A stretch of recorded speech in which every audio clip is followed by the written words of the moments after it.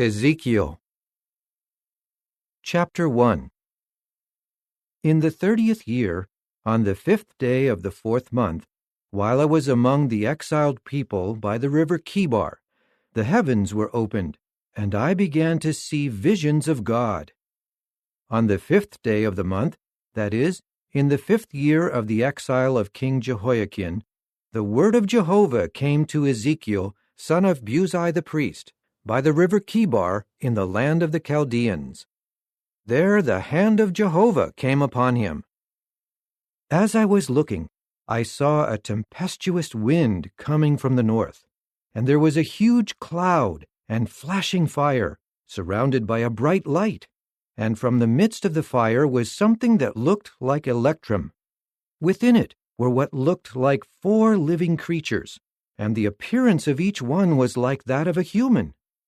Each one had 4 faces and 4 wings.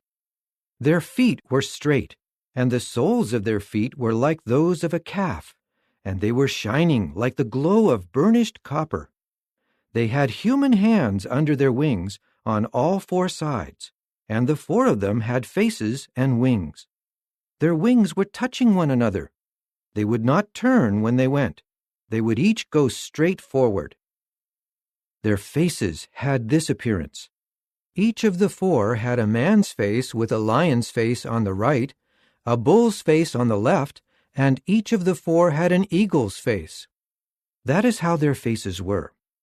Their wings were spread out above them. Each had 2 wings that were touching one another, and 2 wings covering their bodies.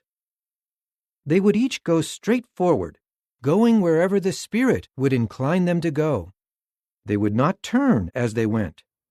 And the living creatures had the appearance of burning coals of fire, and something that looked like torches of bright fire was moving back and forth between the living creatures, and lightning was flashing out from the fire. And when the living creatures would go forth and return, their movement had the appearance of flashes of lightning. As I was watching the living creatures, I saw 1 wheel on the earth beside each of the living creatures with 4 faces.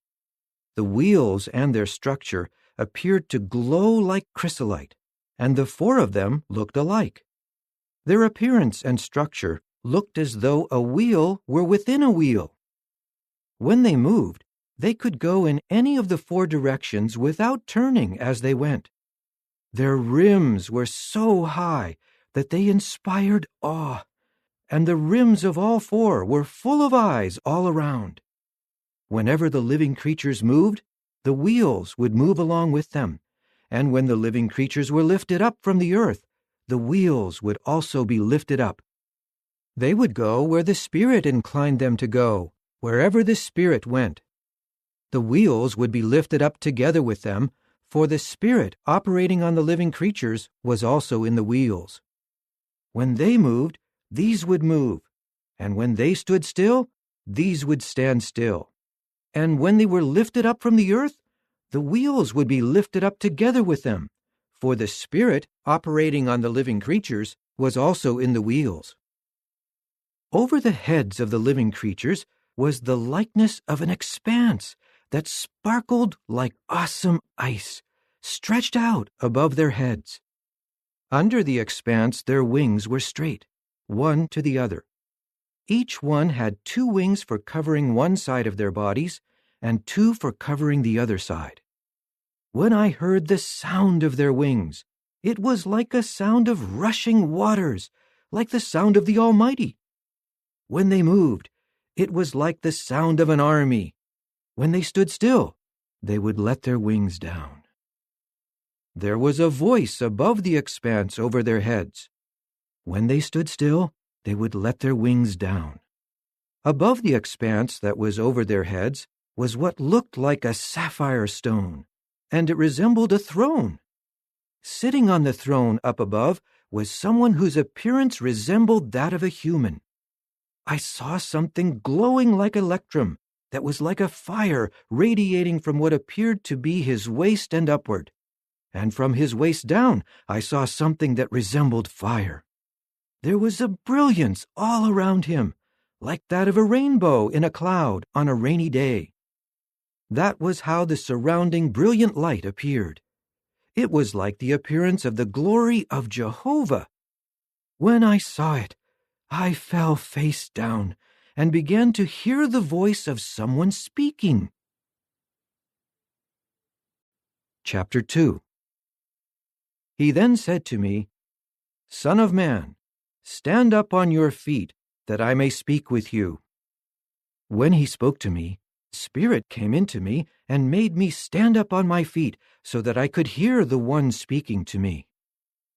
He went on to say to me, "Son of man, I am sending you to the people of Israel, to rebellious nations that have rebelled against me. They and their forefathers have transgressed against me down to this very day. I am sending you to sons who are defiant and hard-hearted, and you must say to them, 'This is what the sovereign Lord Jehovah says.'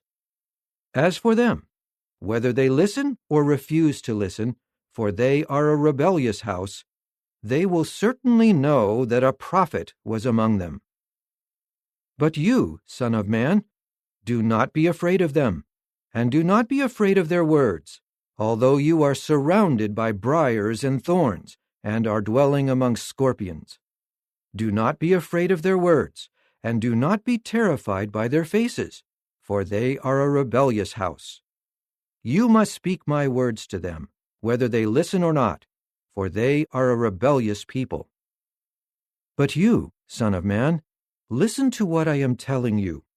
Do not become rebellious like this rebellious house. Open your mouth and eat what I am giving you." When I looked, I saw a hand stretched out to me, and in it I saw a written scroll. When he spread it out before me, it had writing on both front and back. Dirges and mourning and wailing were written on it.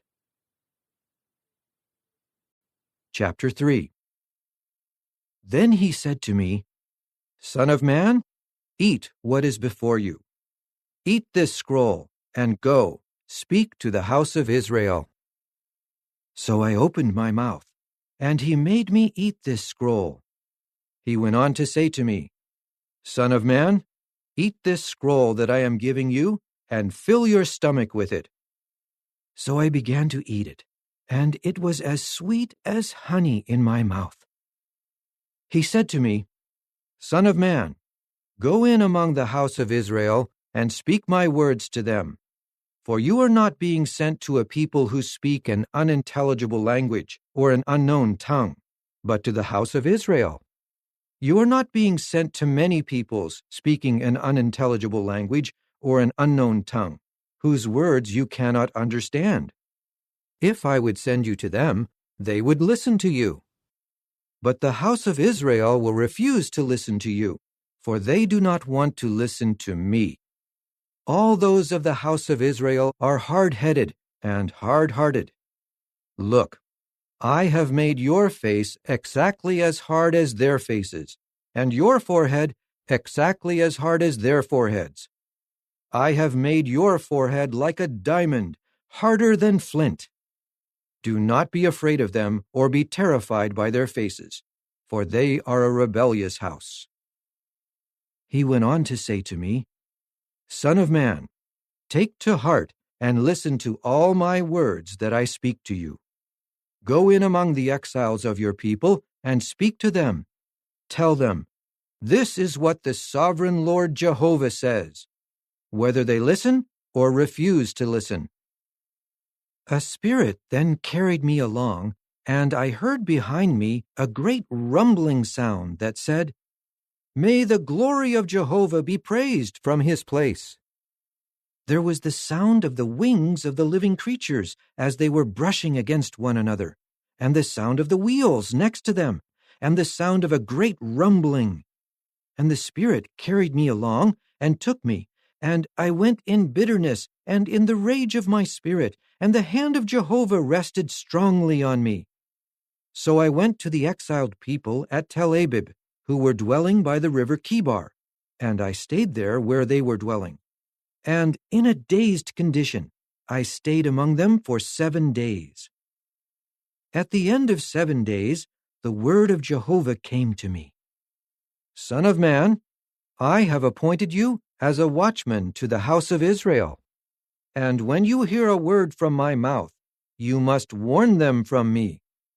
When I say to someone wicked, you will surely die, but you do not warn him, and you fail to speak in order to warn the wicked one to turn from his wicked course so that he may stay alive, he will die for his error because he is wicked, but I will ask his blood back from you. But if you warn someone wicked, and he does not turn back from his wickedness and from his wicked course, he will die for his error, but you will certainly save your own life. But when someone righteous abandons his righteousness and does what is wrong, I will put a stumbling block before him, and he will die. If you did not warn him, he will die for his sin, and his righteous acts will not be remembered, but I will ask his blood back from you. But if you have warned the righteous one not to sin, and he does not sin, he will surely keep alive because he was warned, and you will have saved your own life. The hand of Jehovah came upon me there, and he said to me, Get up, go to the valley plain, and I will speak with you there. So I got up and went to the valley plain, and look, the glory of Jehovah was there, like the glory that I saw by the river Kibar, and I fell face down. Then Spirit entered into me and made me stand up on my feet, and he spoke to me and said, Go, shut yourself inside your house. As for you, son of man, they will put ropes on you and tie you with them so that you cannot go out among them. And I will make your tongue stick to the roof of your mouth, and you will become mute, unable to reprove them, because they are a rebellious house. But when I speak with you, I will open your mouth, and you must say to them, This is what the sovereign Lord Jehovah says. Let the one listening listen, and let the one refusing to listen refuse, because they are a rebellious house. Chapter 4. And you, son of man, take a brick, and put it in front of you. Engrave on it a city, Jerusalem. Lay siege to it. Build a siege wall against it. Raise up a siege rampart against it. Set up camps against it, and surround it with battering rams. Take an iron griddle and place it as an iron wall between you and the city. Then set your face against it, and it will be under siege. You are to besiege it. This is a sign to the house of Israel. Then you should lie on your left side, and lay the guilt of the house of Israel on yourself. You will carry their guilt for the number of days that you lie on your side, and I will impose on you 390 days, corresponding to the years of their guilt, and you will carry the guilt of the house of Israel, and you must complete them. Then for a second time you will lie down on your right side, and you will carry the guilt of the house of Judah for 40 days. A day for a year is what I have given you. And you will turn your face toward the siege of Jerusalem with your arm bared, and you must prophesy against it. Look, I will tie you with ropes so that you cannot turn from your one side to your other side until you have completed the days of your siege. And you should take wheat, barley, broad beans, lentils, millet, and spelt, and put them in one container, and make them into bread for yourself. For the number of the days that you are lying on your side, 390 days, you will eat it. You will weigh out and eat 20 shekels of food per day. You will eat it at set times.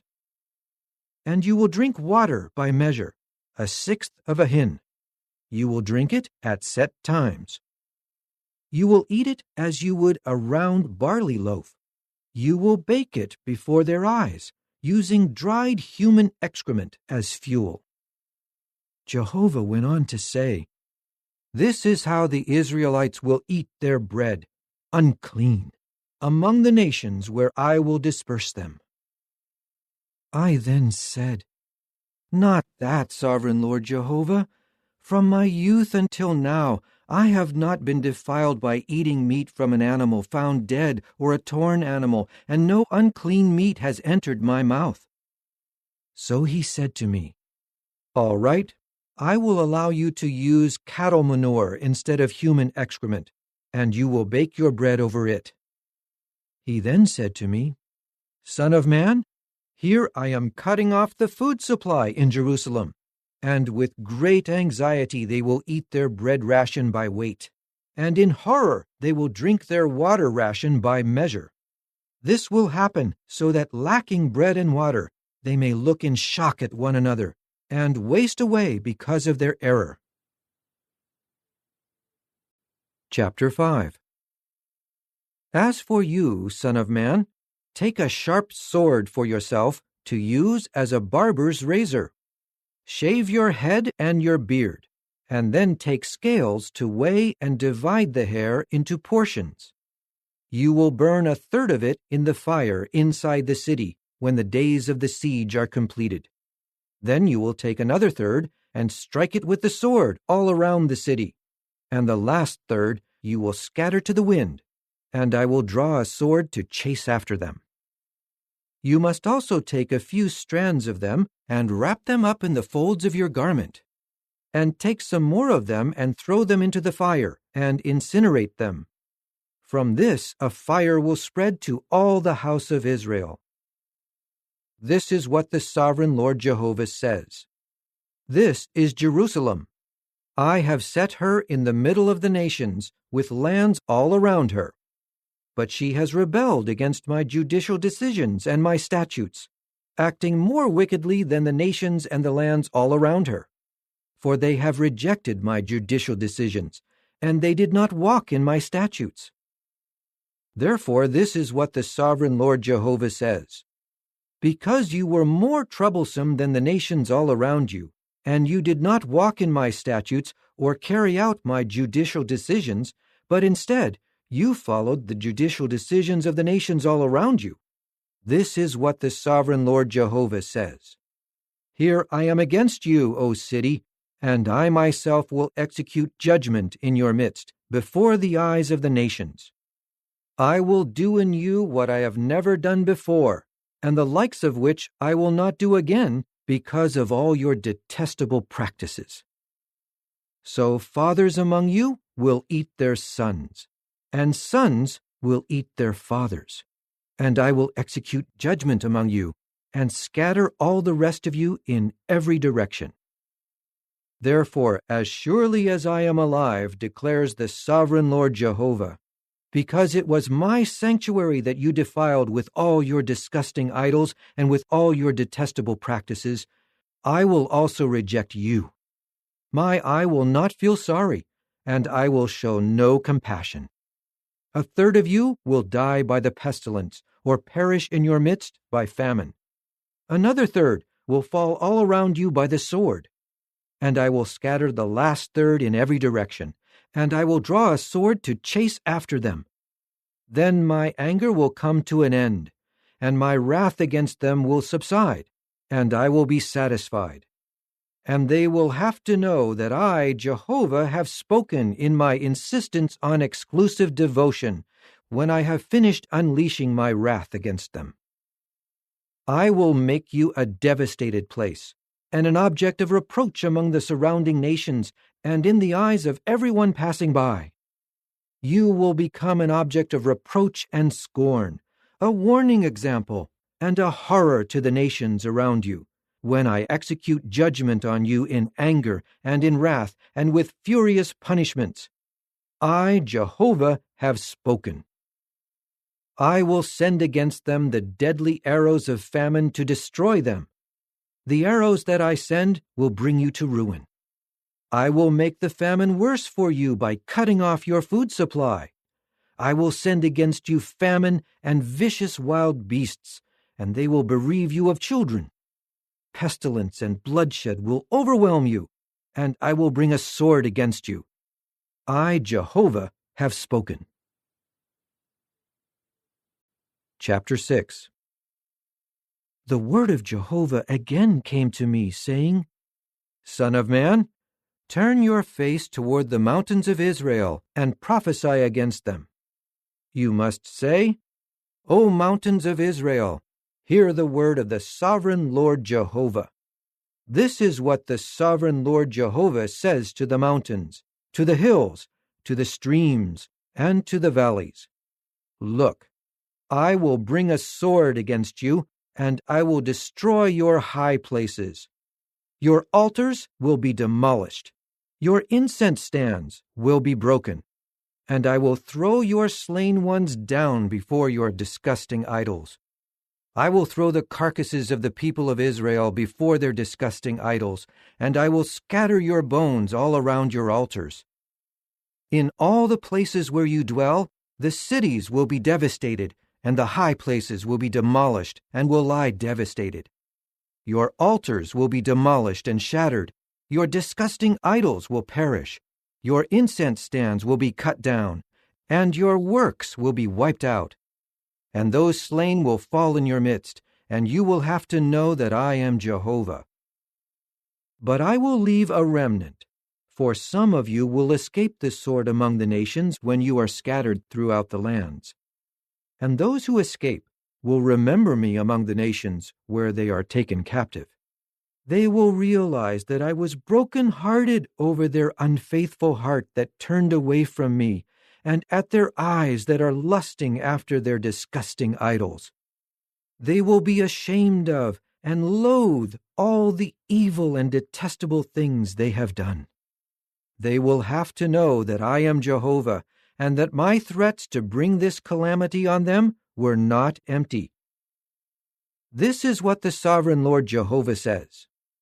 Clap your hands and stamp your foot and bemoan all the evil and detestable things done by the house of Israel, for they will fall by the sword, by famine, and by pestilence.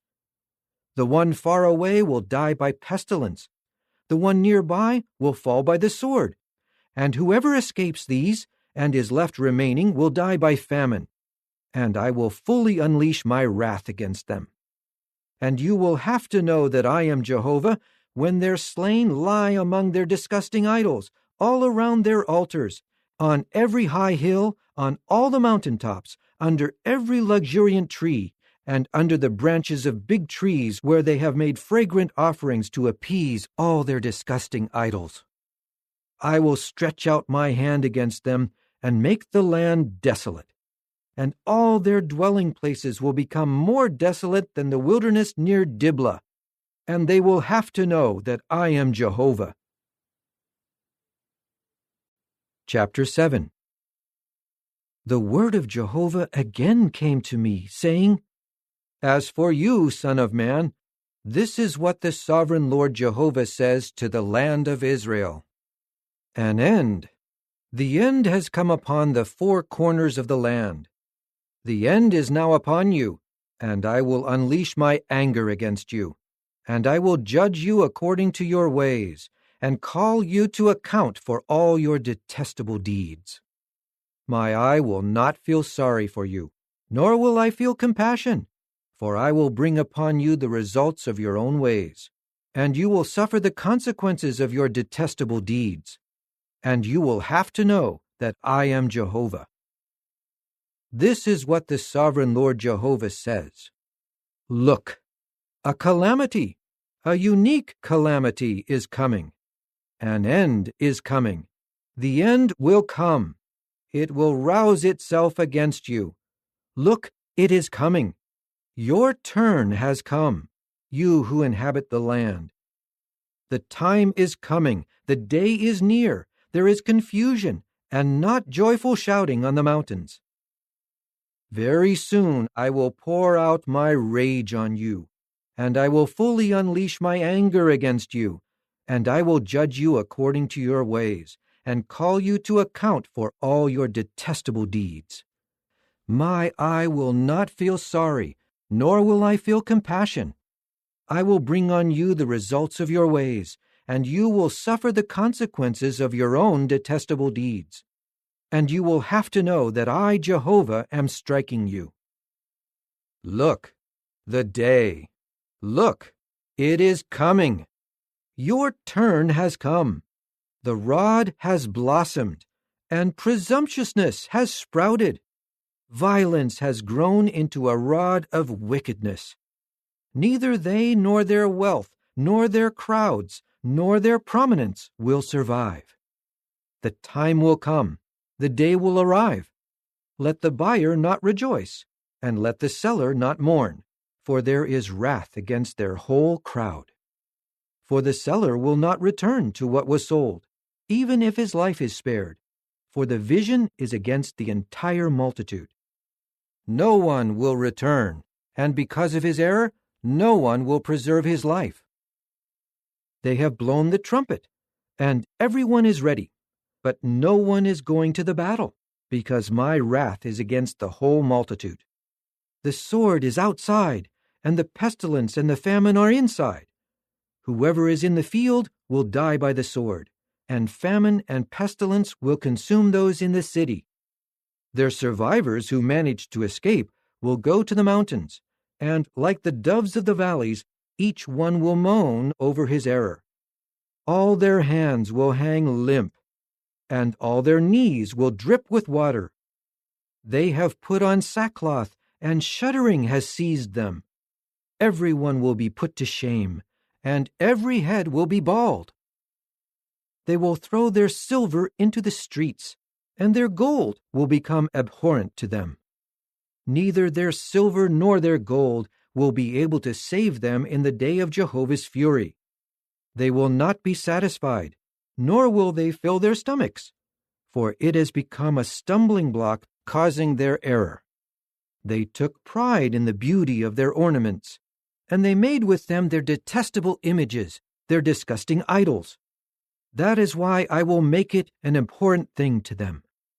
I will give it into the hand of the foreigners for plunder, and to the wicked ones of the earth for spoil, and they will profane it. I will turn my face away from them, and they will profane my concealed place, and robbers will enter it and profane it.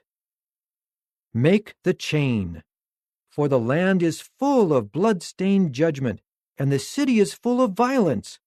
I will bring in the worst of the nations, and they will take possession of their houses, and I will put an end to the pride of the strong ones, and their sanctuaries will be profaned.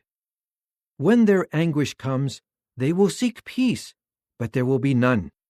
There will come disaster upon disaster, and one report after another, and people will seek a vision from a prophet, but the law will perish from a priest, and advice from the elders.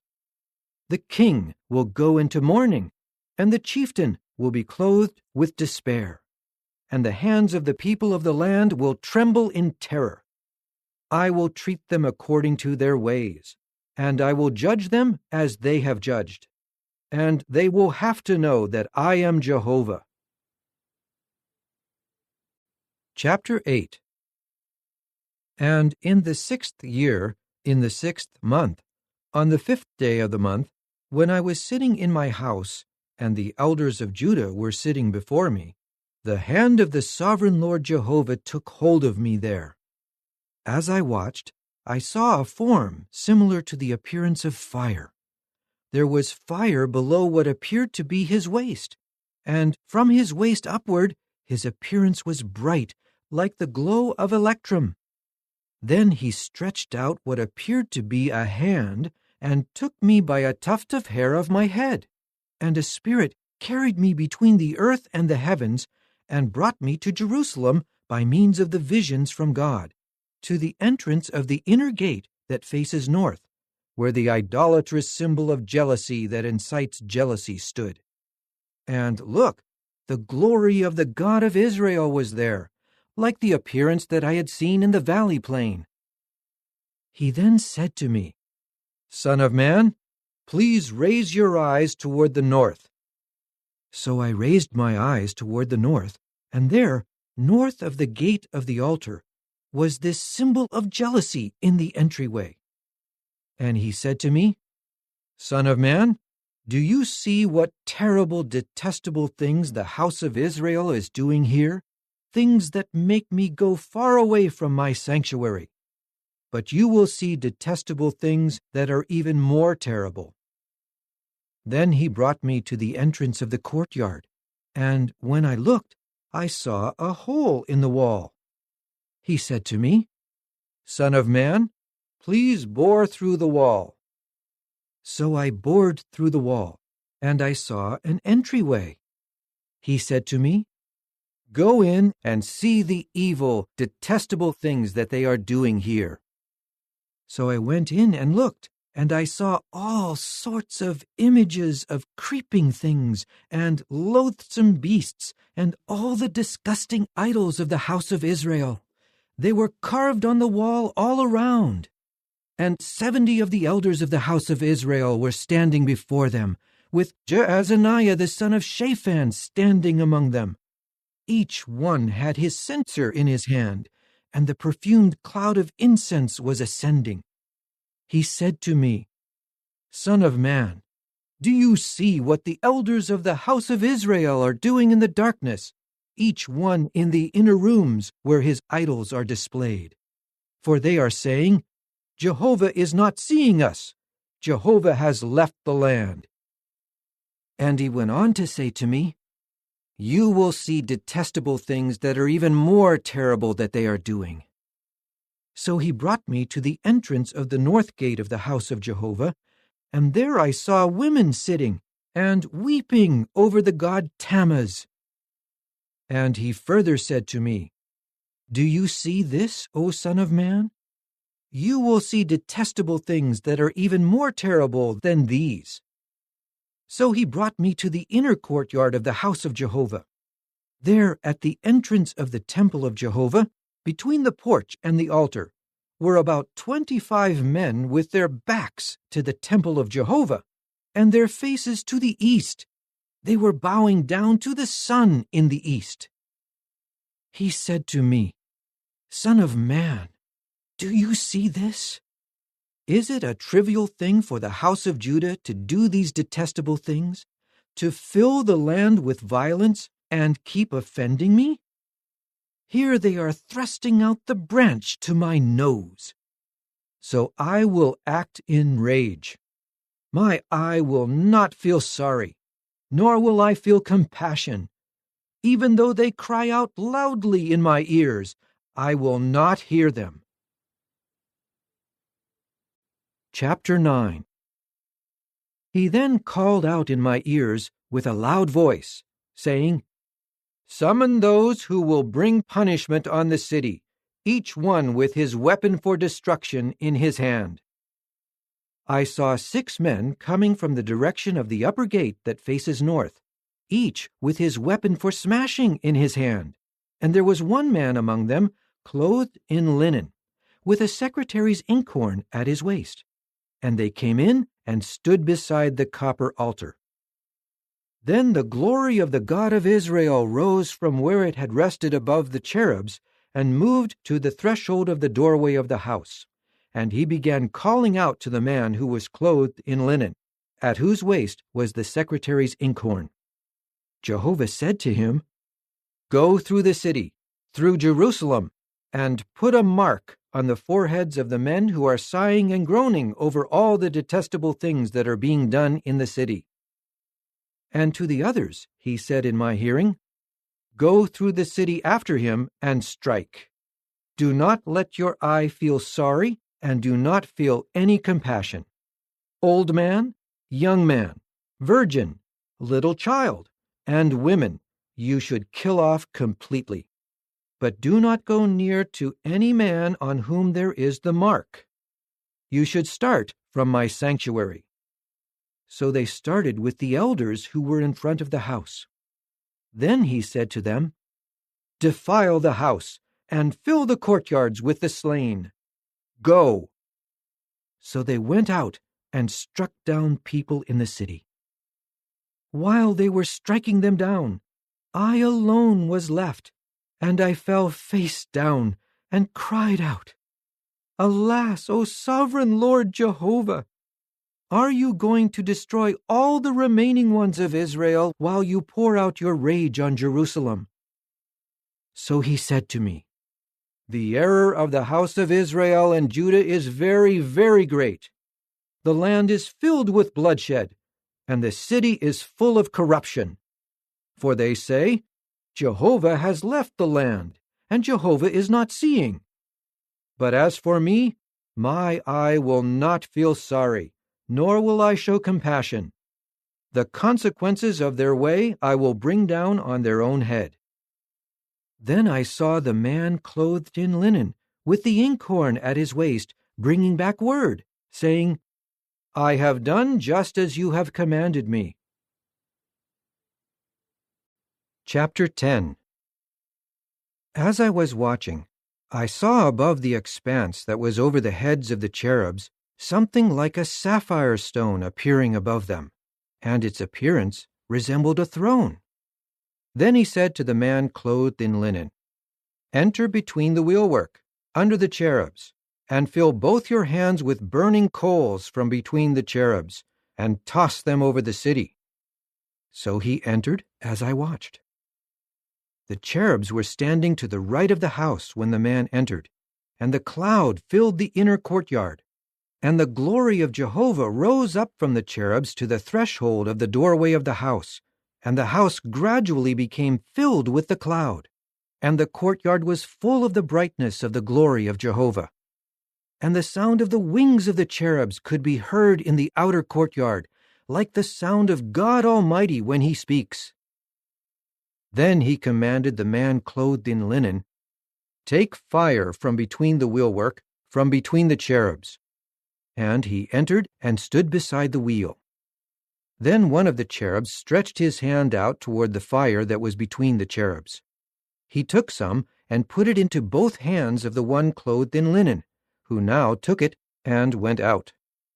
The cherubs had what looked like the form of human hands under their wings. As I was watching, I saw 4 wheels beside the cherubs, 1 wheel beside each cherub, and the wheels appeared to glow like chrysolite stone. As for their appearance, the 4 of them were alike, looking as though a wheel were within a wheel. When they moved, they could go in any of the 4 directions without turning, because they would go to the place where the head would face without turning. Their entire bodies, their backs, their hands, their wings, and the wheels of all 4 of them, were full of eyes all around. As regards the wheels, I heard a voice that called to them, Wheelwork! Each one had 4 faces. The first face was the face of the cherub. The second face was the face of a man. The third was the face of a lion. And the fourth was the face of an eagle. And the cherubs would rise. They were the same living creatures that I had seen at the river Kibar. And when the cherubs moved, the wheels would move alongside them. And when the cherubs lifted up their wings to be high above the earth, the wheels would not turn or move from their side. When these stood still, they would stand still. And when these rose, they would rise with them. For the Spirit operating on the living creatures was in them. Then the glory of Jehovah departed from over the threshold of the doorway of the house and stood still over the cherubs.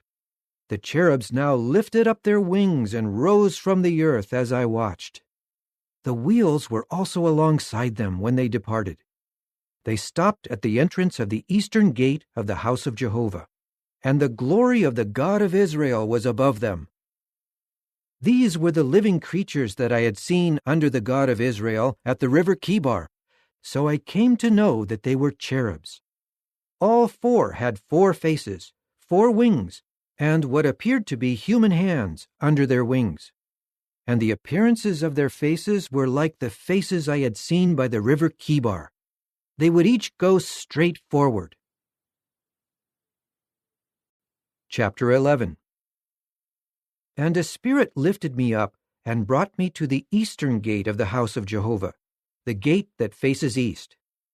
There at the entrance of the gate I saw 25 men, and among them were Jaazaniah the son of Azur, and Pelatiah the son of Benaiah, princes of the people. Then he said to me, Son of man, these are the men who are scheming evil and giving wicked advice in this city. They are saying, Is it not the time for building houses? The city is the cooking pot, and we are the flesh. So prophesy against them. Prophesy, Son of Man.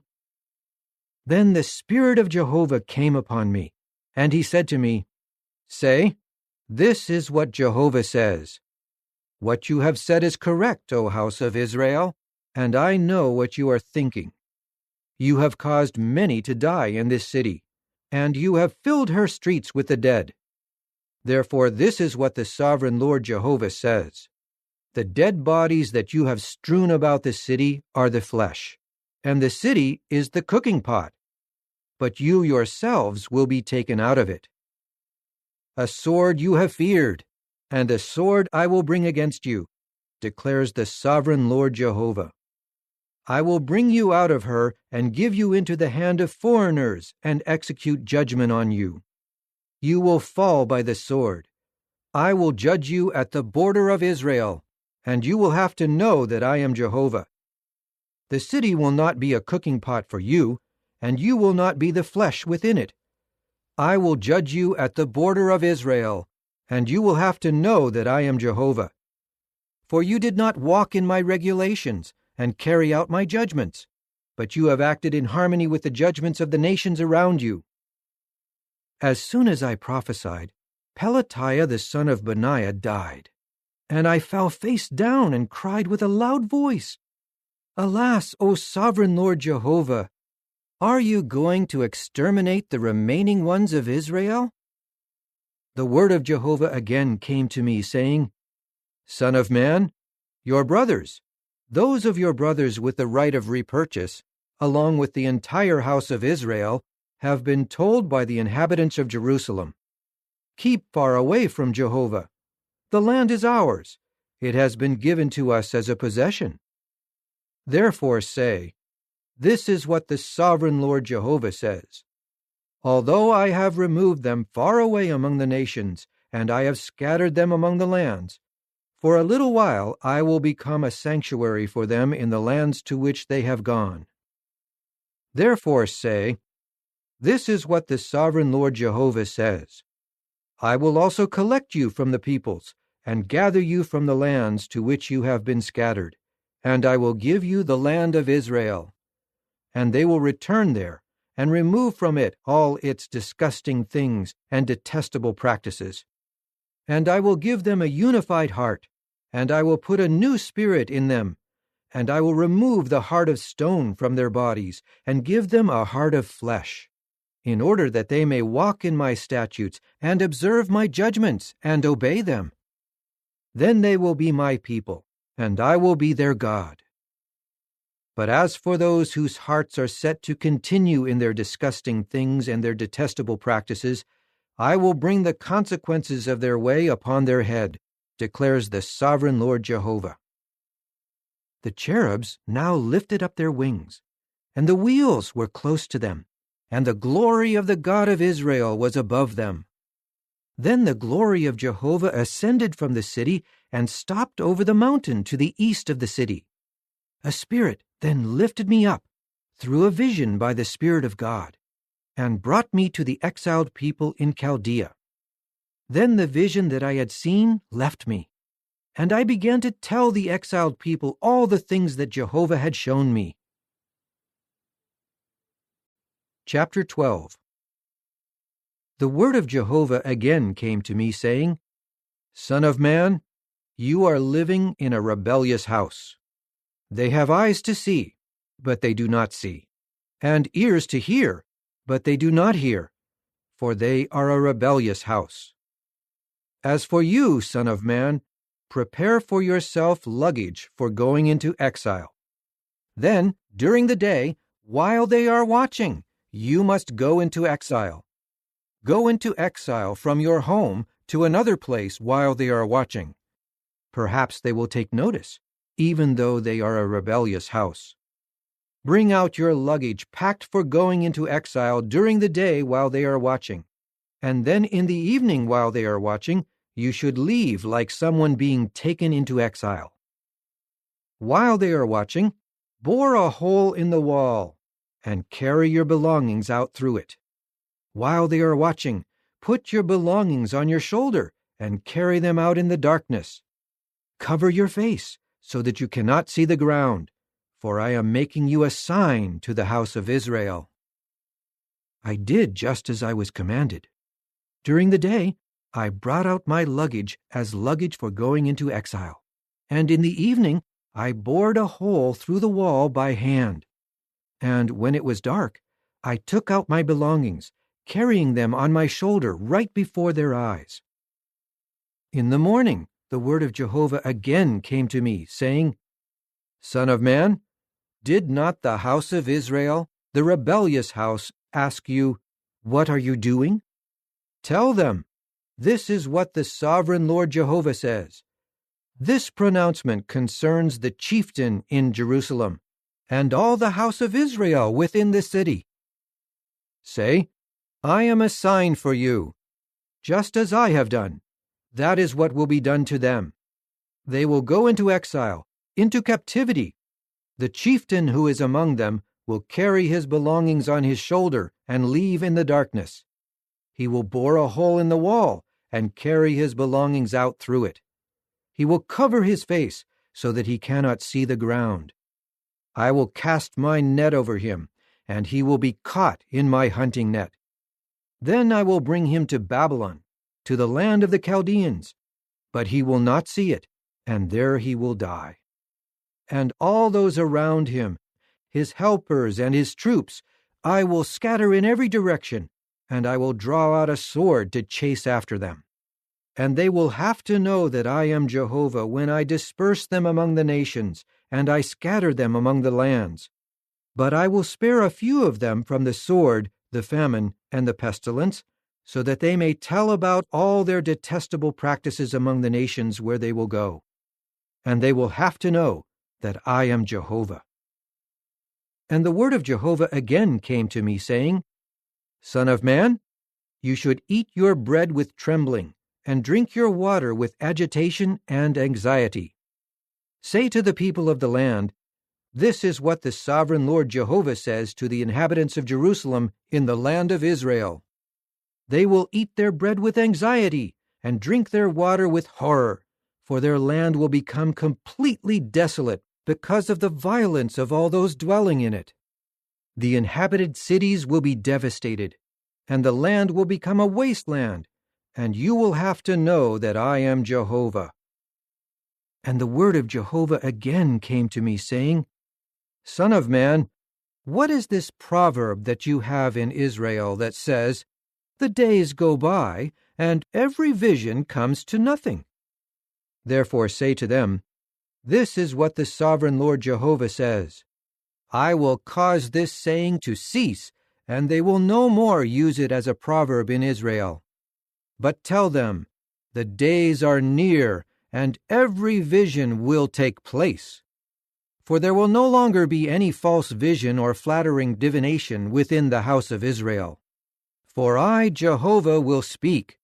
Whatever word I speak will be done without any more delay. In your days, O rebellious house, I will say the word and carry it out, declares the sovereign Lord Jehovah."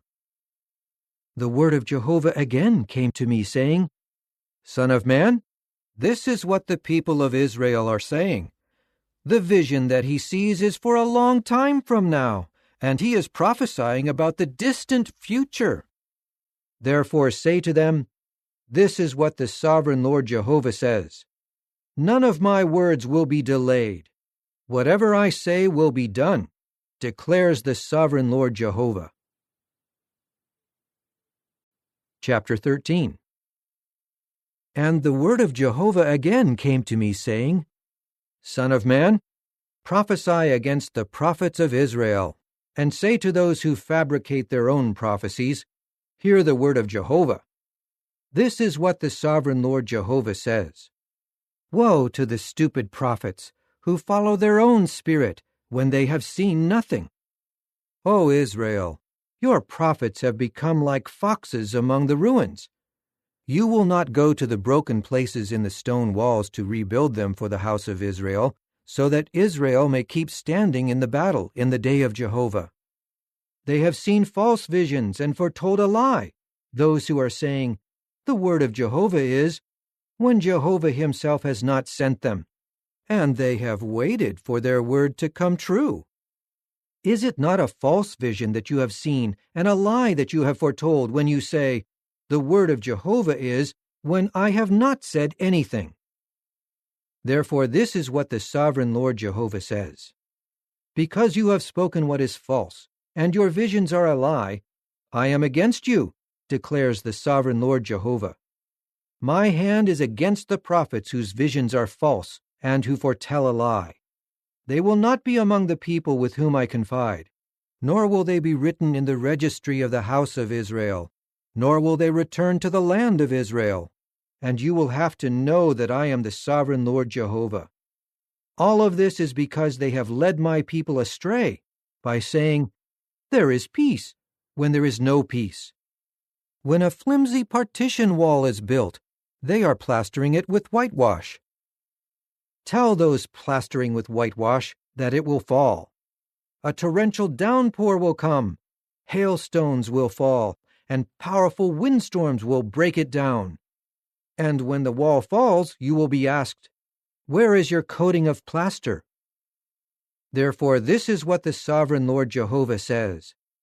I will cause powerful windstorms to burst forth in my wrath, and a torrential downpour in my anger, and hailstones in destructive fury.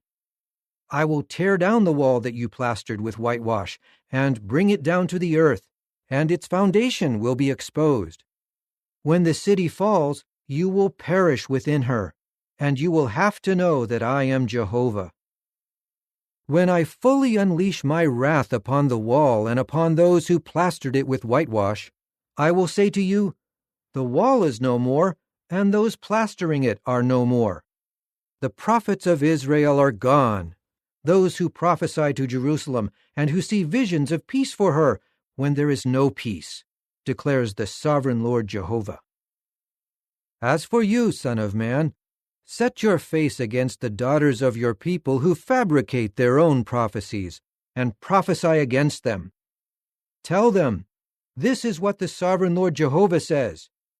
Woe to the women who sew together bands for all arms, and make veils for heads of every size, in order to hunt down people's lives. Are you hunting for the lives of my people, and trying to preserve your own lives? Will you profane me among my people for handfuls of barley and for scraps of bread, putting to death those who should not die, and keeping alive those who should not live, doing so by your lies to my people who listen to your lies? Therefore this is what the sovereign Lord Jehovah says. Here I am against your bands, O women, which you use to hunt down people as though they were birds, and I will rip them from your arms and release those whom you are hunting down like birds.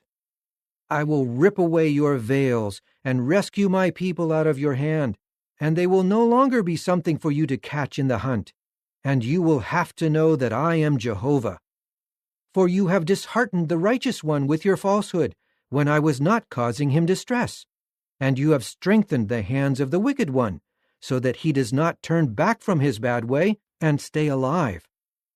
Therefore, you women will no longer see false visions and practice divination, and I will rescue my people from your hand, and you will have to know that I am Jehovah.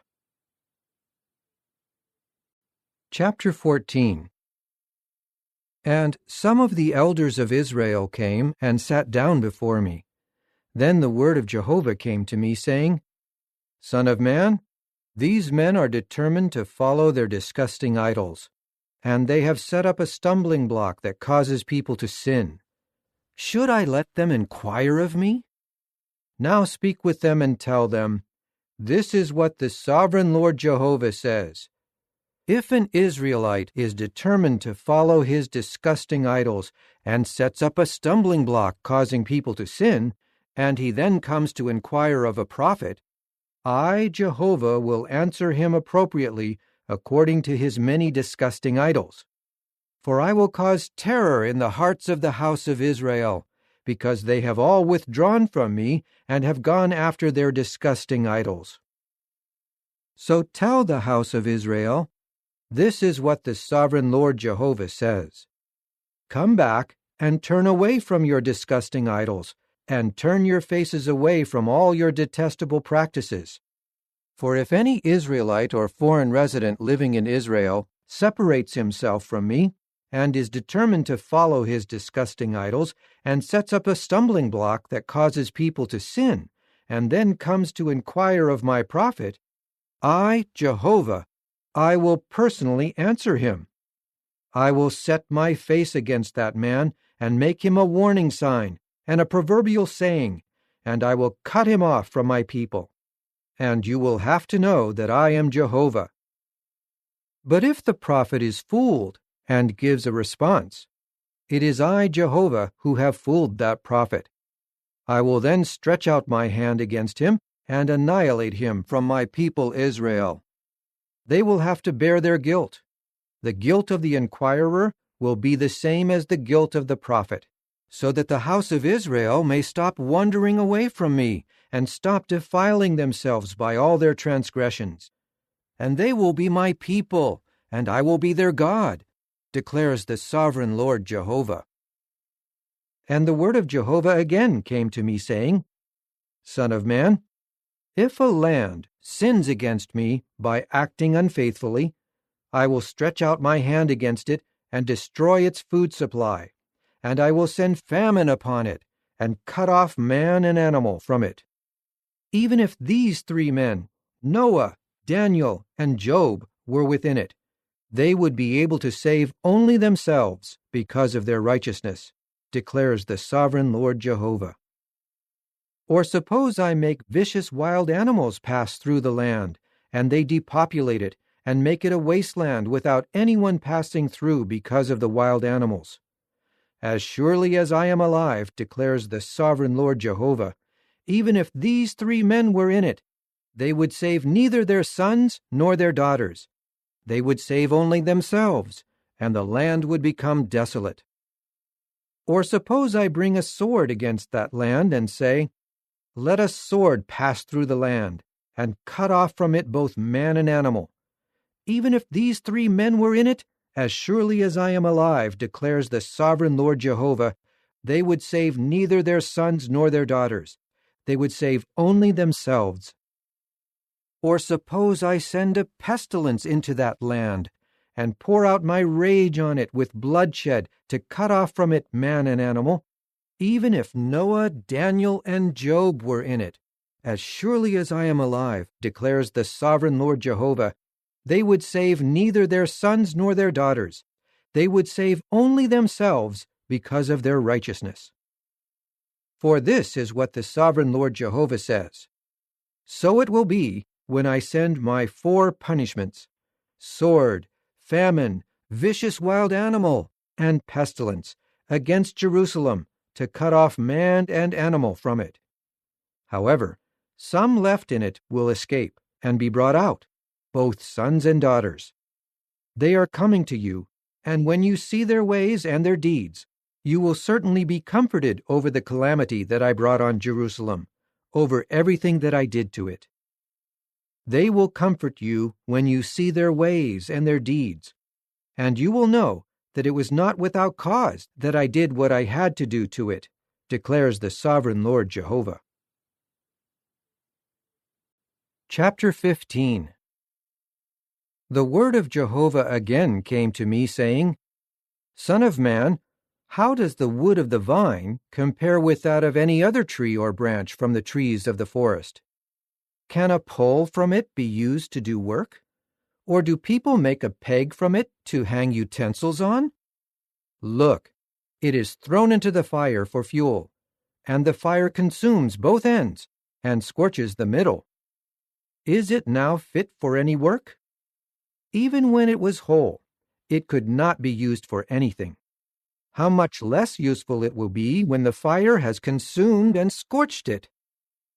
Therefore, this is what the sovereign Lord Jehovah says. Just like the wood of the vine among the trees of the forest, which I have given as fuel for the fire, so I will deal with the inhabitants of Jerusalem. I have set my face against them. They have escaped from the fire, but fire will consume them. And you will have to know that I am Jehovah when I set my face against them. And I will make the land desolate, because they have acted unfaithfully, declares the sovereign Lord Jehovah. Chapter 16. The word of Jehovah again came to me, saying, Son of man, make known to Jerusalem her detestable practices. You must say, This is what the sovereign Lord Jehovah says to Jerusalem. Your origin and your birth were in the land of the Canaanite. Your father was an Amorite, and your mother was a Hittite. As for your birth, on the day you were born, your umbilical cord was not cut. You were not washed in water to make you clean. You were not rubbed with salt, and you were not wrapped in cloths. No one pitied you enough to do any of these things. No one had compassion for you. Instead, you were thrown into the open field because you were hated on the day you were born. When I was passing by, I saw you kicking about in your own blood, and as you lay there in your blood, I said, Keep living. Yes, I said to you lying there in your blood, Keep living. I made you a very great multitude, like plants sprouting in the field, and you grew up and developed and wore the finest ornaments. Your breasts became firm, and your hair grew, but you were still naked and exposed. When I was passing by and saw you, I noticed that you were old enough for expressions of love. So I spread my garment over you, and covered your nakedness, and made an oath, and entered into a covenant with you, declares the sovereign Lord Jehovah, and you became mine. Furthermore, I washed you with water, and rinsed away your blood, and put oil on you. I then clothed you with an embroidered garment, and gave you fine leather sandals, and wrapped you in fine linen, and I clothed you with costly garments. I adorned you with ornaments, and put bracelets on your hands, and a necklace around your neck. I also put a ring in your nose, and earrings on your ears, and a beautiful crown on your head. You kept adorning yourself with gold and silver, and your clothing was fine linen, costly material, and an embroidered garment. Fine flour, honey, and oil were what you ate, and you grew to be extremely beautiful, and you became fit to be a queen. Your fame began to spread among the nations because of your beauty, for it was perfect because my own splendor I placed upon you, declares the sovereign Lord Jehovah. But you began to trust in your beauty, and you became a prostitute because of your fame. You lavished your acts of prostitution on everyone passing by, and your beauty became his. You took some of your garments and made colorful high places where you prostituted yourself. Such things should not take place, nor should they ever happen. You also took your beautiful jewelry, made from the gold and silver that I had given to you, and you made for yourself male images and prostituted yourself with them. And you took your embroidered garments and covered them, and you offered them my oil and my incense. And the bread that I had given to you, made from fine flour, oil, and honey that I gave you to eat, you also offered to them as a pleasing aroma. That is exactly what happened, declares the sovereign Lord Jehovah. You took your sons and your daughters whom you had borne to me, and you sacrificed these to idols to be devoured. Have your acts of prostitution not gone far enough? You slaughtered my sons, and you offered them as sacrifices by making them pass through the fire. While engaging in all your detestable practices and acts of prostitution, you did not remember the days of your youth, when you were naked and exposed, kicking about in your own blood. After all your evil, woe, woe to you, declares the sovereign Lord Jehovah. You built yourself a mound and made a high place for yourself in every public square. You built your high places at the most prominent place of every street, and you turned your beauty into something detestable by offering yourself to everyone passing by. and you multiplied your acts of prostitution. You prostituted yourself to the sons of Egypt, your lustful neighbors, and you offended me with your countless acts of prostitution. Now I will bring my hand against you and diminish your food allowance and give you over to the will of the women who hate you, the daughters of the Philistines, who were appalled because of your obscene conduct. Because you could not be satisfied, you then prostituted yourself to the sons of Assyria, but after prostituting yourself to them, you still did not find satisfaction. So you increased your prostitution toward the land of traders and toward the Chaldeans, but even then you did not find satisfaction. How sick your heart was, declares the sovereign Lord Jehovah, when you did all these things, behaving like a brazen prostitute. But when you built your mound at the most prominent place of every street and made your high place in every public square, you were not like a prostitute, because you refused any payment. You are an adulterous wife who takes strangers instead of her own husband. People give all prostitutes a gift, but you are the one who has given gifts to all those lusting after you, and you bribe them to come to you from all around to commit prostitution. You are the opposite of other women who engage in prostitution. No one commits prostitution your way. You pay others, and they do not pay you. Your way is the opposite. Therefore, O prostitute, hear the word of Jehovah. This is what the sovereign Lord Jehovah says. Because your lust has been poured out, and your nakedness has been exposed during your prostitution with your lovers and all your detestable, disgusting idols, to which you even sacrificed the blood of your sons, therefore I am collecting together all the lovers you have given pleasure to, all those you loved together with all those you hated. I will collect them together against you from all around, and expose your nakedness to them, and they will see you completely naked. And I will punish you with the judgments that adulteresses and women shedding blood deserve, and your blood will be shed in rage and jealousy. I will give you into their hand, and they will tear down your mounds, and your high places will be pulled down, and they will strip you of your garments, and take your beautiful jewelry, and leave you naked and exposed. They will bring against you a crowd, and they will stone you, and will slaughter you with their swords.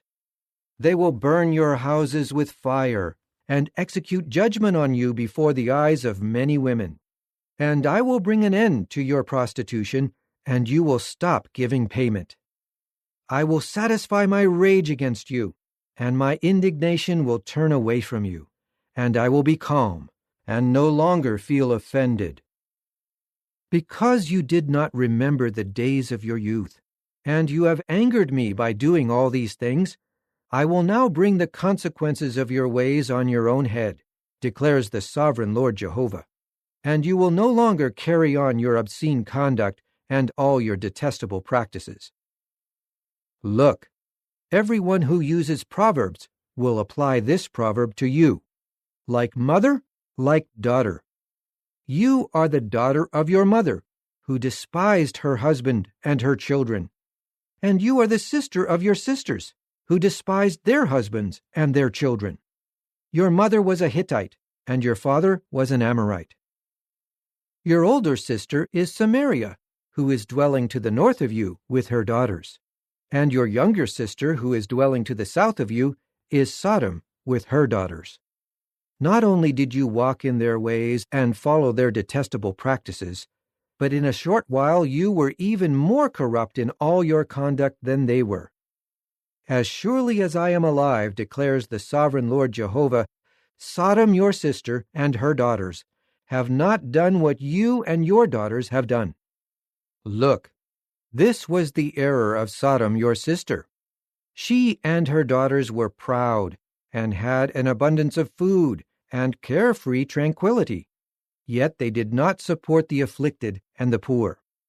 They remained haughty, and carried on detestable practices in my sight, so I found it necessary to remove them. Nor did Samaria commit even half as many sins as you did, You kept making your detestable practices abound more than they have, to the point that your sisters appeared righteous because of all your detestable practices. You must now bear your humiliation, because you have justified the behavior of your sisters. On account of your sin of acting more detestably than they are more righteous than you. So now, be ashamed, and bear the humiliation of making your sisters appear righteous. And I will gather their captives, the captives of Sodom and her daughters, and the captives of Samaria and her daughters. I will also gather your captives along with them, so that you may bear your humiliation, and you will feel humiliated because of what you have done by comforting them. Your own sisters, Sodom and her daughters, will return to their former state, and Samaria and her daughters will return to their former state, and you along with your own daughters will return to your former state. Sodom your sister was not worthy of your mention in the day of your pride, before your own wickedness was exposed. Now the daughters of Syria and her neighbors reproach you, and the daughters of the Philistines, those all around you, treat you with scorn. You will bear the consequences of your obscene conduct and your detestable practices, declares Jehovah. For this is what the sovereign Lord Jehovah says: I will now do with you just as you have done, for you despised the oath by breaking my covenant. But I myself will remember the covenant that I made with you in the days of your youth, and I will establish with you a permanent covenant. You will remember your behavior and feel humiliated when you welcome your sisters, those older than you as well as those younger than you, and I will give them to you as daughters, but not because of your covenant. And I myself will establish my covenant with you, and you will have to know that I am Jehovah. Then you will remember and be too ashamed to open your mouth because of your humiliation, when I make an atonement for you despite all that you have done, declares the sovereign Lord Jehovah. Chapter 17. The word of Jehovah again came to me, saying, Son of man, tell a riddle and relate a proverb about the house of Israel. You must say, This is what the sovereign Lord Jehovah says. The great eagle, with great wings, long pinions, and full colorful plumage, came to Lebanon and took the top of the cedar. He plucked off its topmost shoot and brought it to the land of traders, and set it down in a city of traders. He then took some of the seed of the land and put it in a fertile field. He planted it like a willow by abundant waters. So it sprouted and became a low, sprawling vine with its foliage facing inward and its roots growing under it. Thus it became a vine and produced shoots and sent out branches. And there came another great eagle with great wings and large pinions. This vine then stretched its roots eagerly toward him, away from the garden beds where it was planted, and it sent out its foliage toward him so that he would irrigate it. It had already been planted in a good field near abundant waters in order to produce branches, to bear fruit, and to become a majestic vine. Say, This is what the sovereign Lord Jehovah says. Will it prosper? Will someone not tear out its roots and make its fruit rot and cause its sprouts to wither? It will become so dry that neither a strong arm nor many people will be needed to pull it up by the roots. Although it is transplanted, will it prosper? Will it not dry up completely when the east wind blows on it? It will dry up in the garden bed where it sprouted. And the word of Jehovah again came to me, saying, Please tell the rebellious house, do you not realize what these things mean? Say, Look, the king of Babylon came to Jerusalem, and took its king and its princes, and brought them back with him to Babylon. Furthermore, he took one of the royal offspring, and made a covenant with him, and put him under an oath. Then he took away the prominent men of the land, so that the kingdom would be brought low, unable to rise up, so that only by keeping his covenant might it continue to exist. But the king finally rebelled against him by sending his messengers to Egypt to obtain horses and a large army from them. Will he succeed? Will the one doing these things escape punishment? Can he break the covenant and still escape?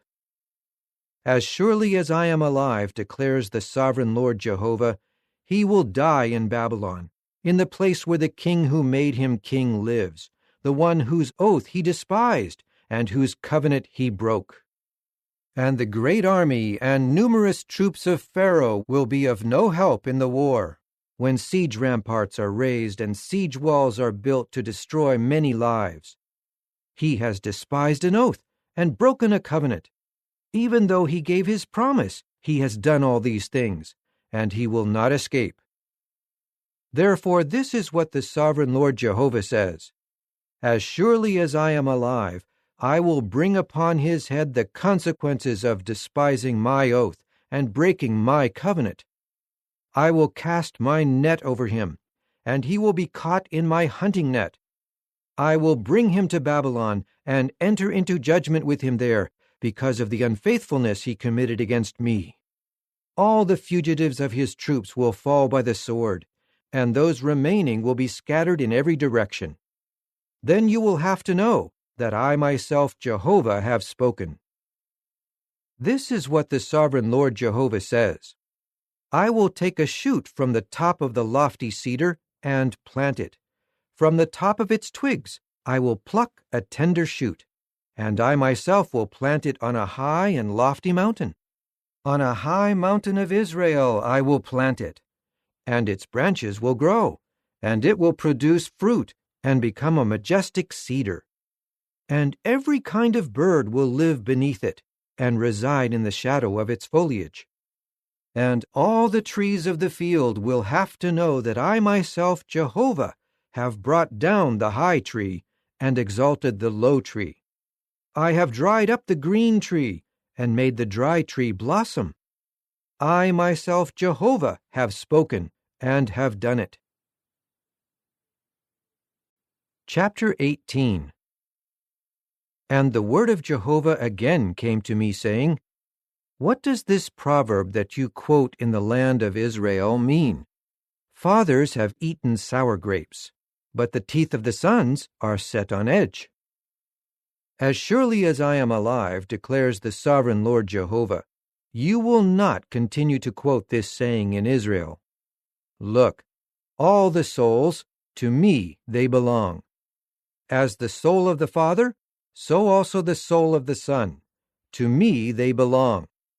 The soul who sins is the one who will die. Suppose that a man is righteous and does what is just and right. He does not eat idolatrous sacrifices on the mountains. He does not look up to the disgusting idols of the house of Israel. He does not defile his neighbor's wife or have relations with a woman who is menstruating. He does not mistreat anyone, but he returns what a debtor has given him in pledge. He does not rob anyone, but he gives his own food to the hungry one and covers the naked one with a garment. He does not charge interest or engage in usury, but he refrains from acting with injustice.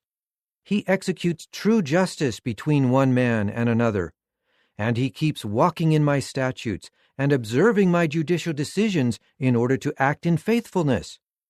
Such a man is righteous and will surely keep living, declares the sovereign Lord Jehovah. But suppose that he has become father to a son who is a robber or a murderer or who does any of these other things, though the father has not done any of these things. He eats idolatrous sacrifices on the mountains, defiles his neighbor's wife, mistreats the needy and the poor, takes things by robbery, does not return a pledge, looks up to the disgusting idols, engages in detestable practices, engages in usury, and charges interest. Then the son will not keep living. Because of all these detestable things that he has done, he will surely be put to death. His own blood will be upon him. But suppose that a father has a son who sees all the sins his father has committed, and though he sees them, he does not do such things. He does not eat idolatrous sacrifices on the mountains. He does not look up to the disgusting idols of the house of Israel. He does not defile his neighbor's wife. He does not mistreat anyone. He does not seize what was pledged. He does not take anything in robbery. He gives his own food to the hungry one and covers the naked one with a garment. He refrains from oppressing the poor. He does not engage in usury or charge interest. And he carries out my judicial decisions and walks in my statutes. Such a man will not die because of the error of his father. He will surely keep living. But because his father practiced fraud, robbed his brother, and did what was wrong among his people, he will die for his error. But you will say, why does the son not bear guilt because of his father's error? Since the son has done what is just and righteous, has kept all my statutes, and has observed them, he will surely keep living. The soul who sins is the one who will die. A son will bear no guilt because of the error of his father, and a father will bear no guilt because of the error of his son. The righteousness of the righteous one will be accounted to him alone, and the wickedness of the wicked one will be accounted to him alone. Now, if someone wicked turns away from all the sins he has committed, and keeps my statutes, and does what is just and righteous, he will surely keep living. He will not die. None of the transgressions that he has committed will be held against him. He will keep living for doing what is righteous. Do I take any pleasure at all in the death of a wicked person, declares the sovereign Lord Jehovah? Do I not prefer that he turn away from his ways and keep living? But when someone righteous abandons his righteousness and does what is wrong, doing all the detestable things the wicked do, will he live? None of the righteous acts that he did will be remembered. For his unfaithfulness and the sin he has committed, he will die. But you will say, the way of Jehovah is unjust. Please listen, O house of Israel. Is it my way that is unjust? Is it not your ways that are unjust? When someone righteous abandons his righteousness and does what is wrong and dies because of it, he will die for his own wrongdoing. And when someone wicked turns away from the wickedness that he has committed and begins to do what is just and righteous, he will preserve his own life. When he realizes and turns away from all the transgressions that he has committed, he will surely keep living. He will not die. But the house of Israel will say, the way of Jehovah is unjust. Is it really my ways that are unjust, O house of Israel? Is it not your ways that are unjust? Therefore I will judge each one of you according to his ways, O house of Israel, declares the sovereign Lord Jehovah. Turn away, yes, turn completely away from all your transgressions, so that they will not be a stumbling block bringing guilt upon you. Rid yourselves of all the transgressions you have committed, and acquire a new heart and a new spirit. For why should you die, O house of Israel? I do not take any pleasure in the death of anyone, declares the sovereign Lord Jehovah. So turn back and live. Chapter 19. You must sing a dirge concerning the chieftains of Israel, and say, what was your mother? A lioness among lions. She lay down among strong young lions and reared her cubs. She raised one of her cubs, and he became a strong young lion. He learned how to tear prey apart. He even devoured humans. Nations heard about him and caught him in their pit, and they brought him to the land of Egypt with hooks. She waited, and eventually saw that there was no hope for his return. So she took another of her cubs and sent him out as a strong young lion. He also walked about among the lions and became a strong young lion. He learned how to tear prey apart, and he even devoured humans. He prowled among their fortified towers and devastated their cities, so that the desolate land was filled with the sound of his roaring. Nations from the surrounding districts came against him to cast their net over him, and he was caught in their pit. With hooks they put him in a cage and brought him to the king of Babylon. There they confined him so that his voice would no more be heard on the mountains of Israel. Your mother was like a vine in your blood, planted by waters. It bore fruit and was full of branches because of the abundant water. It developed strong branches, fit for the scepters of rulers. It grew and towered over the other trees, and it became visible because of its height and because of the abundance of its foliage. But in fury she was uprooted and thrown to the earth, and an east wind dried up her fruit. Her strong branches were torn off and became dry, and fire consumed them. Now she is planted in the wilderness, in a waterless, thirsty land. The fire spread from her branches and consumed her shoots and her fruit, and there was no strong branch left, no scepter for ruling. That is a dirge, and it will serve as a dirge. Chapter 20. Now in the 7th year, in the 5th month, on the 10th day of the month, some of the elders of Israel came and sat down before me to inquire of Jehovah. Then the word of Jehovah came to me, saying, Son of man, speak with the elders of Israel, and tell them, This is what the sovereign Lord Jehovah says.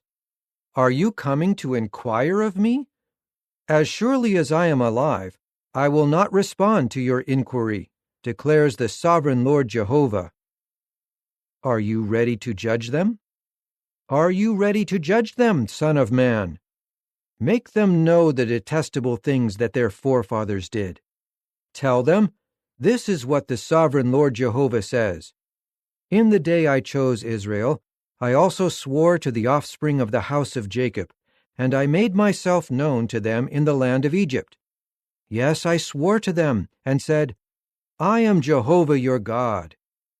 In that day I swore that I would bring them out of the land of Egypt to a land that I had searched out for them, one flowing with milk and honey. It was the most beautiful of all the lands. I then said to them, Each of you must throw away the detestable things that are before your eyes. Do not defile yourselves with the disgusting idols of Egypt. I am Jehovah your God. But they rebelled against me, and were not willing to listen to me. They did not throw away the detestable things that were before them, and they would not abandon the disgusting idols of Egypt. So I promised to pour out my rage on them, and to unleash my anger fully against them in the land of Egypt. But I acted for the sake of my name, so that it would not be profaned before the nations among whom they were living. For I made myself known to them before these nations when I brought them out of the land of Egypt. So I brought them out of the land of Egypt and led them into the wilderness. I then gave them my statutes and made my judicial decisions known to them, so that the man who follows them may have life by them. I also gave my Sabbaths to them as a sign between me and them, so that they would know that I, Jehovah, am the one sanctifying them. But the house of Israel rebelled against me in the wilderness.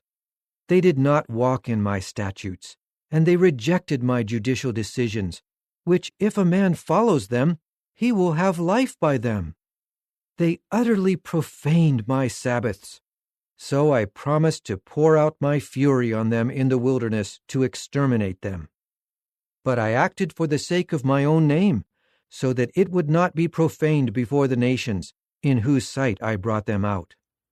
I also swore to them in the wilderness that I would not bring them into the land that I had given them, a land flowing with milk and honey, the most beautiful of all the lands, because they rejected my judicial decisions. They did not walk in my statutes, and they profaned my Sabbaths, for their heart was following after their disgusting idols.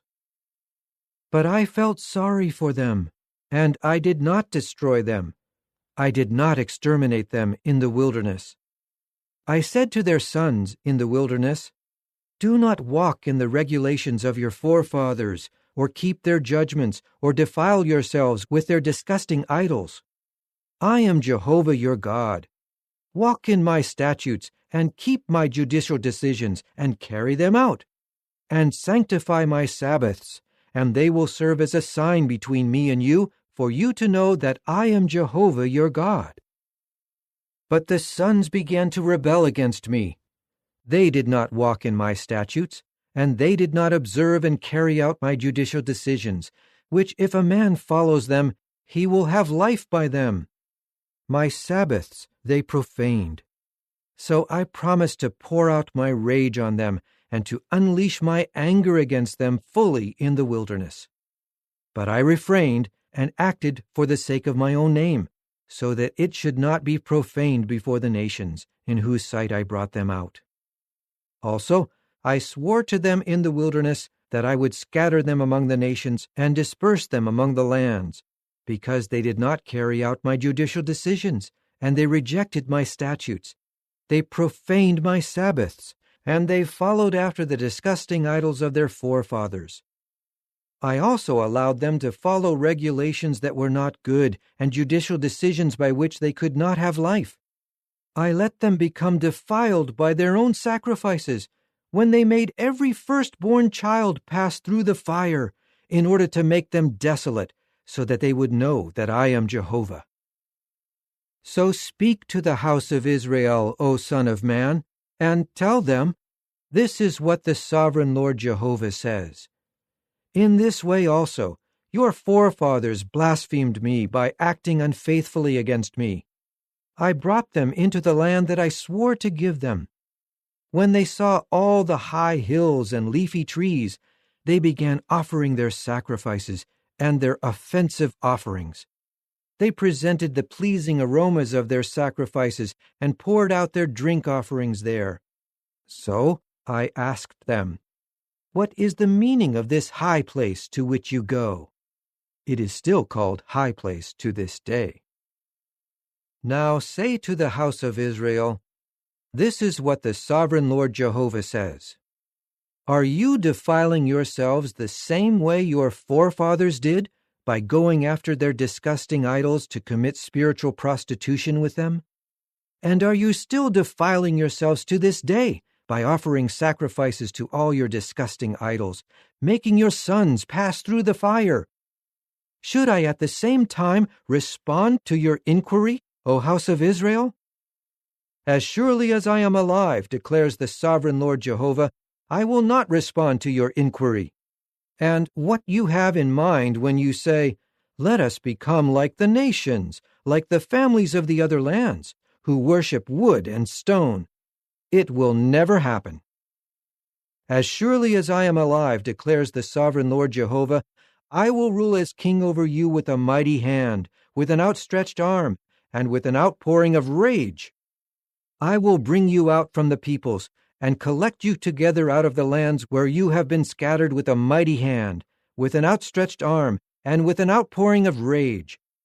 I will bring you into the wilderness of the peoples, and enter into judgment with you there, face to face. Just as I entered into judgment with your forefathers in the wilderness of the land of Egypt, so I will enter into judgment with you, declares the sovereign Lord Jehovah. I will make you pass under the shepherd's staff, and bring you under obligation to the covenant. But I will remove from you the rebels and those transgressing against me. For I will bring them out of the land of their foreign residence, but they will not enter the land of Israel, and you will have to know that I am Jehovah. As for you, O house of Israel, this is what the sovereign Lord Jehovah says. Each of you go and serve his disgusting idols.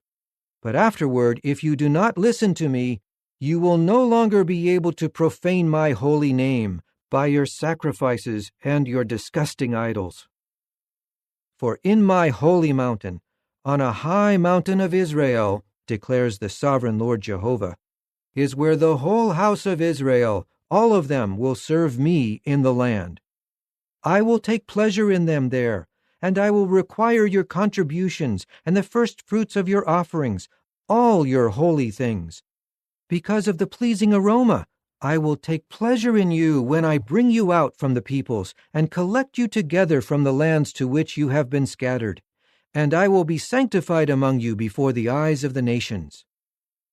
And you will have to know that I am Jehovah when I bring you to the land of Israel, into the land that I swore to give to your forefathers. And there you will remember your conduct and all your deeds by which you defiled yourselves, and you will loathe yourselves because of all the bad things that you did. Then you will have to know that I am Jehovah when I deal with you for the sake of my name, not according to your wicked conduct, or according to your corrupted dealings, O house of Israel, declares the sovereign Lord Jehovah. And the word of Jehovah again came to me, saying, Son of man, turn your face in the direction of the southern quarter, and proclaim to the south, and prophesy to the forest of the field of the south. Say to the forest of the south, Hear the word of Jehovah. This is what the sovereign Lord Jehovah says. Here I am setting a fire ablaze against you, and it will consume every green tree and every dry tree in you. The burning flame will not be extinguished, and every face will be scorched by it, from south to north. And all flesh will see that I myself, Jehovah, have set it afire, so that it will not be extinguished. And I said, Alas, O sovereign Lord Jehovah! They are saying about me, Is he not just speaking in riddles? Chapter 21. The word of Jehovah again came to me, saying, Son of man, turn your face toward Jerusalem, and make a proclamation against the holy places, and prophesy against the land of Israel. Say to the land of Israel, This is what Jehovah says. Here I am against you, and I will bring my sword out of its sheath, and cut off from you both the righteous and the wicked. Because I will cut off from you the righteous and the wicked, my sword will be drawn from its sheath against all flesh, from south to north. All people will have to know that I myself, Jehovah, have drawn my sword from its sheath. It will not go back again. And you, son of man, sigh while you tremble. Yes, sigh bitterly before them. And if they say to you, Why are you sighing? You will say, Because of a report. For it will certainly come, and every heart will melt with fear, and every hand will hang limp, and every spirit will become dejected, and every knee will drip with water. Look, it will certainly come. It will take place, declares the sovereign Lord Jehovah. The word of Jehovah again came to me, saying, Son of man, prophesy and say, This is what Jehovah says. Say, A sword is sharpened, and it is polished. It is sharpened to inflict a great slaughter. It is polished to flash like lightning. Should we not rejoice? Will it reject the scepter of my own son, as it does every tree?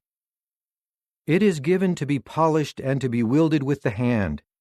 This sword is sharpened and polished, to be put into the hand of an executioner. Cry out and wail, Son of man, for it has come against my people. It is against all the chieftains of Israel. These will be victims of the sword along with my people. So strike your thigh in grief, for an examination has been made, and what will happen if the sword rejects the scepter? It will cease to exist, declares the sovereign Lord Jehovah. And you, son of man, prophesy and clap your hands and repeat, A sword 3 times. It is the sword of the slain victims, the sword of great slaughter that surrounds them. Their hearts will melt with fear, and many will fall at their city gates. I will inflict a slaughter by the sword. Yes, it flashes like lightning and is polished for a slaughter. Cut sharply to the right, swing to the left, go wherever your blade is directed. I will also clap my hands and satisfy my rage. I myself, Jehovah, have spoken. And the word of Jehovah again came to me, saying, As for you, son of man, mark out 2 ways for the sword of the king of Babylon to come. Both of them will originate from the same land, and a signpost should be set up where the road branches off to the 2 cities. You should mark out 1 way for the sword to come against Rabbah of the Ammonites, and the other way against fortified Jerusalem in Judah. For the king of Babylon stops to use divination at the fork in the road, where the 2 roads branch off. He shakes the arrows. He consults his idols. He examines the liver. The divination in his right hand is pointed toward Jerusalem to set up battering rams, to give the word for slaughter, to sound the battle cry, to set battering rams against the gates, to throw up a siege rampart, to build a siege wall. But it will seem like false divination in the eyes of those who had sworn oaths to them. But he remembers their guilt and will capture them. Therefore, this is what the sovereign Lord Jehovah says. You have caused your own guilt to be remembered by exposing your transgressions and causing your sins to be seen in all your actions. Now that you have been remembered, you will be taken by force. But your day has come, O fatally wounded wicked chieftain of Israel, the time of your final punishment. This is what the sovereign Lord Jehovah says. Remove the turban and take off the crown. This will not remain the same. Raise up the low one and bring low the high one. A ruin, a ruin, a ruin I will make it, and it will not belong to anyone until the one who has the legal right comes, and I will give it to him. And you, son of man, prophesy and say, This is what the sovereign Lord Jehovah says about the Ammonites and about their insults. Say, a sword is drawn for a slaughter. It is polished to devour and to flash like lightning. Despite the false visions and lying divination about you, you will be piled up on the slain, the wicked men whose day has come, the time of their final punishment. Return it to its sheath. I will judge you in the place that you were created, in the land of your origin. I will pour out my indignation on you. I will blow upon you with the fire of my fury, and I will hand you over to brutal men, the craftsmen of destruction. You will become fuel for the fire. Your own blood will be shed in the land, and you will be remembered no more. For I myself, Jehovah, have spoken. Chapter 22. And the word of Jehovah again came to me, saying, As for you, son of man, are you prepared to pronounce judgment on the blood-guilty city, and to make known to her all her detestable things? You are to say, This is what the sovereign Lord Jehovah says. O city that sheds blood within herself, whose time is coming, who makes disgusting idols to defile herself, your bloodshed has made you guilty, and your disgusting idols have made you unclean. You have hastened the end of your days, and the end of your years has come. That is why I will make you an object of reproach to the nations, and an object of mockery to all the lands. The lands nearby, and those far away from you, will mock you, you whose name is unclean, and who are filled with turmoil. Look, each of the chieftains of Israel among you uses his authority to shed blood. Within you they treat their father and mother with contempt. They defraud the foreign resident, and they mistreat the fatherless child and the widow. My holy places you despise, and my Sabbaths you profane. Within you are slanderers intent on shedding blood.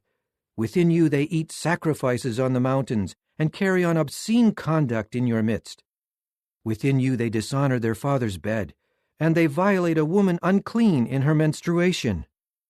Within you one man acts detestably with his neighbor's wife, another defiles his own daughter-in-law with obscene conduct, and another violates his sister, the daughter of his own father. Within you they take a bribe to shed blood. You lend on interest or for a profit, and you extort money from your neighbors. Yes, you have entirely forgotten me.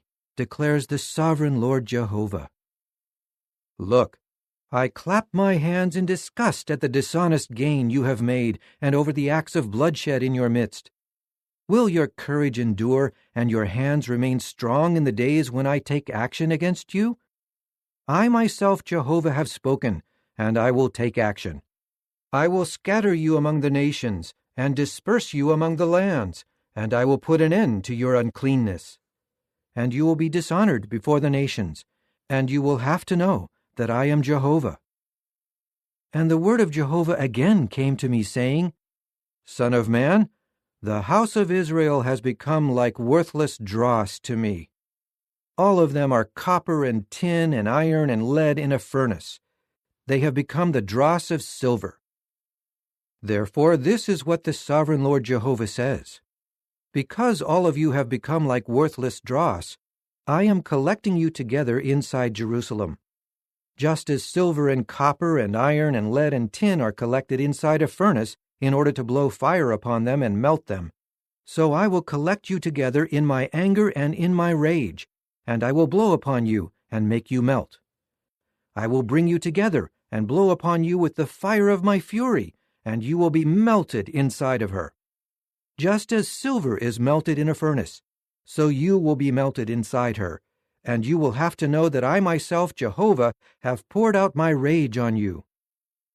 And the word of Jehovah again came to me, saying, Son of man, say to her, You are a land that will not be cleansed or rained on in the day of indignation. Her prophets have conspired within her, like a roaring lion tearing prey. They are devouring people. They are seizing treasure and precious things. They have made many widows within her. Her priests have violated my law, and they keep profaning my holy places. They make no distinction between what is holy and what is common, and they fail to make known what is unclean and what is clean. And they refuse to observe my Sabbaths, and I am profaned among them. Her princes in her midst are like wolves tearing prey. They shed blood and kill people to make dishonest gain. But her prophets have plastered over their deeds with whitewash. They see false visions and give lying divination, and they say, This is what the sovereign Lord Jehovah says, when Jehovah himself has not spoken. The people of the land have defrauded and committed robbery. They have mistreated the needy and the poor, and they have defrauded the foreign resident and denied him justice. I was looking for a man from among them who would repair the stone wall or stand before me in the breach in behalf of the land, so that it would not be destroyed, but I found no one. So I will pour out my indignation on them and exterminate them with the fire of my fury. I will bring the consequences of their way on their own head, declares the sovereign Lord Jehovah. Chapter 23. The word of Jehovah again came to me, saying, Son of man, there were two women who were the daughters of the same mother. They became prostitutes in Egypt. From their youth they engaged in prostitution. Their breasts were squeezed there, and their virgin bosoms were fondled. Their names were Oholah, the older one, and her sister Oholibah. They became mine, and gave birth to sons and daughters. As for their names, Oholah is Samaria, and Oholibah is Jerusalem. Oholah began to prostitute herself while she belonged to me. She lusted after her passionate lovers, her neighbors, the Assyrians. They were governors clothed in blue and deputy rulers, all desirable young men mounted on their horses. She continued to prostitute herself with all the choicest sons of Assyria, and she defiled herself with the disgusting idols of those she lusted after. She did not abandon the prostitution she practiced in Egypt, for in her youth they had lain down with her, and they fondled her virgin bosom and poured out their lust on her. So I gave her into the hand of her passionate lovers, the sons of Assyria, after whom she had lusted. They exposed her nakedness and seized her sons and daughters, and they killed her with a sword. She became notorious among women, and they executed judgment against her. When her sister Oholibah saw it, her lust became even more depraved, and her prostitution was worse than that of her sister. She lusted after her neighbors, the sons of Assyria, the governors and deputy rulers who were clothed in splendor and mounted on horses, all desirable young men. When she defiled herself, I saw that both of them had followed the same course. But she kept adding to her acts of prostitution. She saw men carved on the wall, images of Chaldeans carved in vermilion, wearing belts around their waist, with flowing turbans on their heads, having the appearance of warriors, all of them depicting Babylonians, born in the land of the Chaldeans. She began to lust after them as soon as she saw them, and she sent messengers to them in Chaldea. So the sons of Babylon kept coming to her bed of lovemaking, and they defiled her with their lust. After she was defiled by them, she turned away from them in disgust. When she went on brazenly engaging in prostitution and exposing her nakedness, I turned away from her in disgust, just as I had turned away from her sister in disgust. And she kept increasing her acts of prostitution, calling to mind the days of her youth, when she prostituted herself in the land of Egypt. She lusted after them like the concubines of men whose male members are like those of a donkey, and whose genitals are like those of a horse. You yearned for the obscene conduct of your youth in Egypt, when they fondled your bosom, the breasts of your youth. Therefore, Oholibah, this is what the sovereign Lord Jehovah says. Here I am stirring up your lovers whom you turned away from in disgust, and I will bring them against you from every direction, the sons of Babylon and all the Chaldeans, the men of Pekod and Shoa and Koa, along with all the sons of Assyria. All of them are desirable young men, governors and deputy rulers, warriors and hand-picked, all mounted on horses. They will attack you with rumbling war chariots and wheels, and with a great assembly of troops, with large shield and buckler and helmet. They will take up positions all around you, and I will authorize them to pass judgment, and they will judge you as they see fit. I will express my indignation against you, and they will deal with you in their rage. They will cut off your nose and your ears, and those of you who remain will fall by the sword. They will take away your sons and your daughters, and those of you who remain will be consumed by fire. They will strip off your garments and seize your beautiful jewelry. I will put an end to your obscene conduct and your prostitution, which started in the land of Egypt. You will stop looking at them, and you will remember Egypt no more. For this is what the sovereign Lord Jehovah says. Here I am about to hand you over to those you hate, those you turned away from in disgust. They will deal with you in hatred and take away all you have toiled for and leave you naked and exposed. The shameful nakedness of your immorality and your obscene conduct and your prostitution will be exposed. These things will be done to you because you chased after the nations like a prostitute, because you defiled yourself with their disgusting idols. You have followed the same course as your sister, and I will put her cup into your hand. This is what the sovereign Lord Jehovah says. You will drink the deep and wide cup of your sister, and you will become an object of laughter and ridicule, of which the cup contains much. You will be overcome by drunkenness and grief, a cup of horror and desolation, the cup of your sister Samaria. You will have to drink it and drain it dry and gnaw on its earthenware fragments, and then tear out your breasts. For I myself have spoken, declares the sovereign Lord Jehovah. Therefore this is what the sovereign Lord Jehovah says. Because you have forgotten me, and have completely disregarded me, you will bear the consequences of your obscene conduct and your acts of prostitution. Jehovah then said to me, Son of man, will you pronounce judgment on Oholah and Oholibah, and confront them with their disgusting practices? They have committed adultery, and there is blood on their hands. Not only have they committed adultery with their disgusting idols, But they have also made their sons whom they bore to me pass through the fire as food for their idols. Moreover, this is what they have done to me. They defiled my sanctuary on that day, and they profaned my Sabbaths. After they slaughtered their sons as sacrifices to their disgusting idols, they came into my sanctuary to profane it on that very day. That is what they did inside my own house. They even sent a messenger for men to come from far away. When they were coming, you washed yourself and painted your eyes and adorned yourself with ornaments. And you sat down on a magnificent couch with a table set in front of it, on which you put my incense and my oil.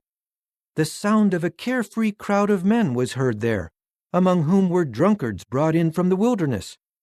They put bracelets on the hands of the women, and beautiful crowns on their heads. Then I said regarding her who was worn out with adultery, now she will keep committing her prostitution. So they kept going into her, just as one goes to a prostitute.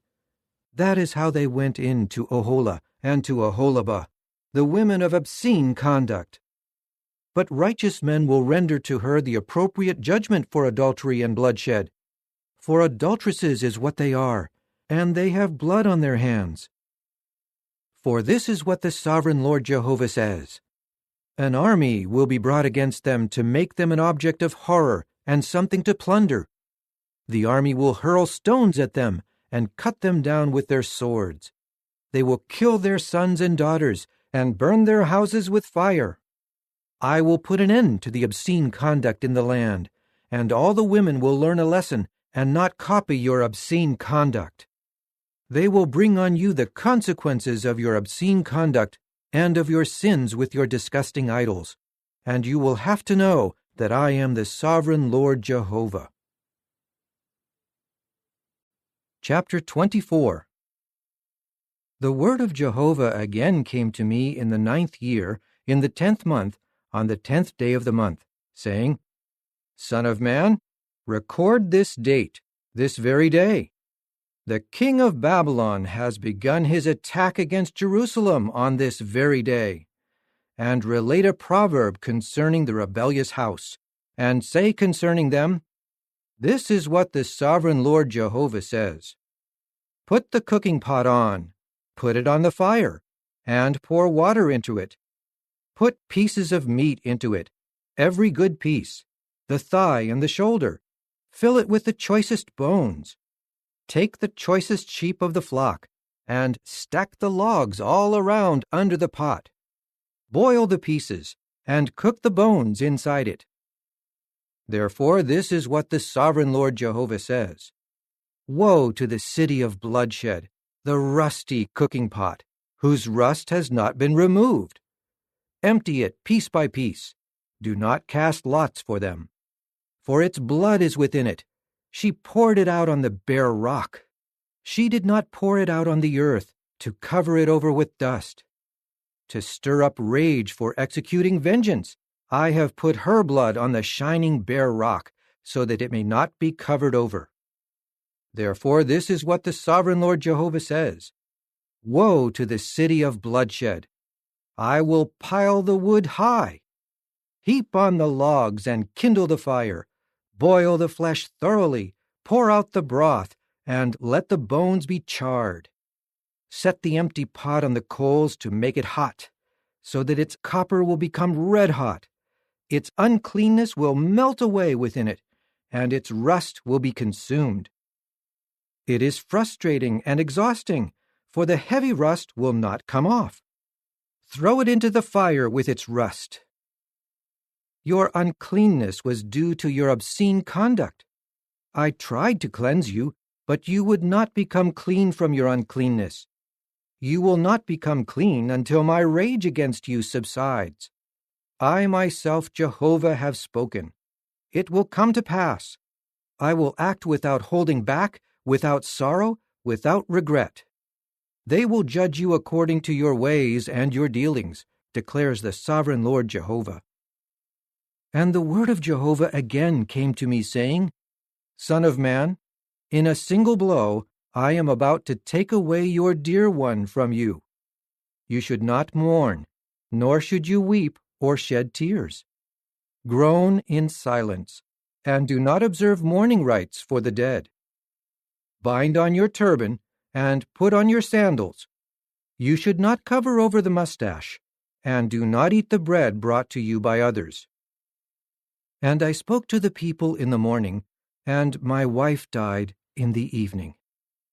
So I did in the morning, just as I had been commanded. The people were saying to me, "Will you not tell us what these things you are doing have to do with us?" I replied to them, "The word of Jehovah has come to me, saying, 'Tell the house of Israel, this is what the sovereign Lord Jehovah says. I am about to profane my sanctuary, the source of your great pride, the thing dear to you, and the desire of your heart. Your own sons and daughters whom you left behind will fall by the sword. Then you will have to do just as I have done. You will not cover over your mustache, and you will not eat the bread brought to you by others. Your turbans will be on your heads, and your sandals on your feet. You will not mourn or weep. Instead, you will rot away in your errors, and you will groan to one another. Ezekiel has become a sign for you.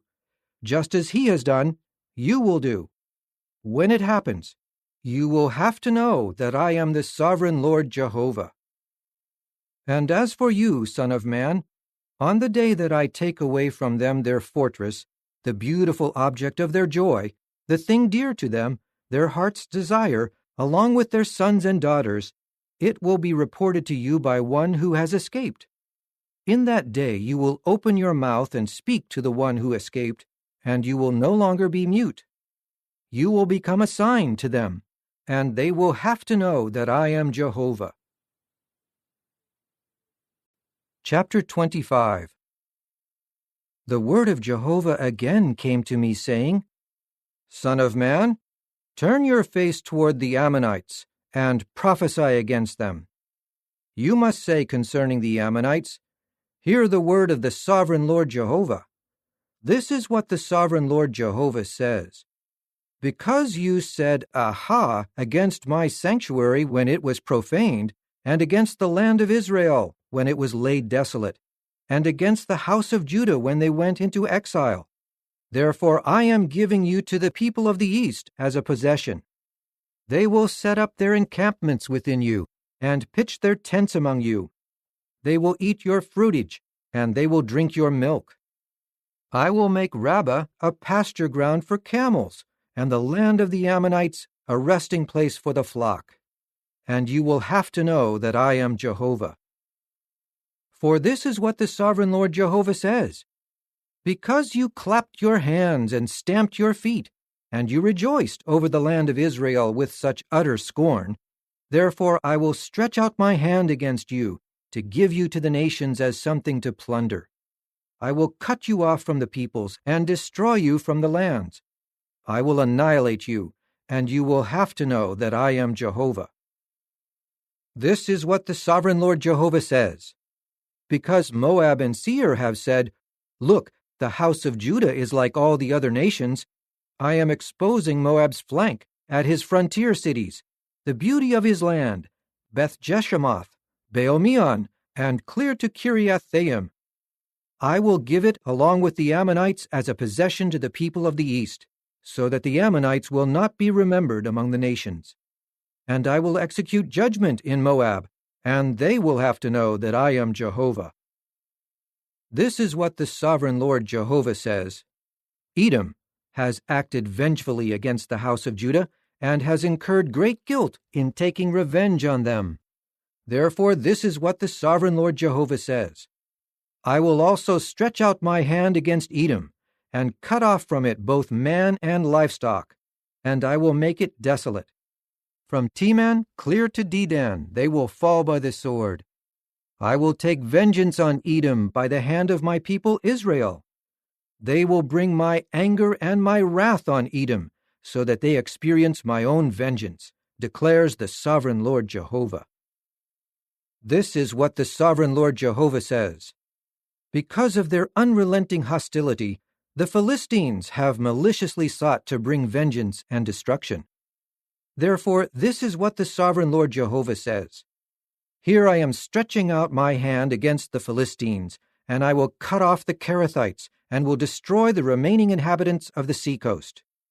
I will execute on them great acts of vengeance with furious punishments, and they will have to know that I am Jehovah when I bring my vengeance on them. Chapter 26. In the 11th year, on the first day of the month, the word of Jehovah came to me, saying, Son of man, because Tyre has said against Jerusalem, Aha! The gateway of the peoples has been broken. Everything will come my way, and I will become rich now that she is devastated. Therefore this is what the sovereign Lord Jehovah says. Here I am against you, O Tyre, and I will bring up many nations against you, just as the sea brings up its waves. They will destroy the walls of Tyre, and tear down her towers, and I will scrape away soil and make her a shining bare rock.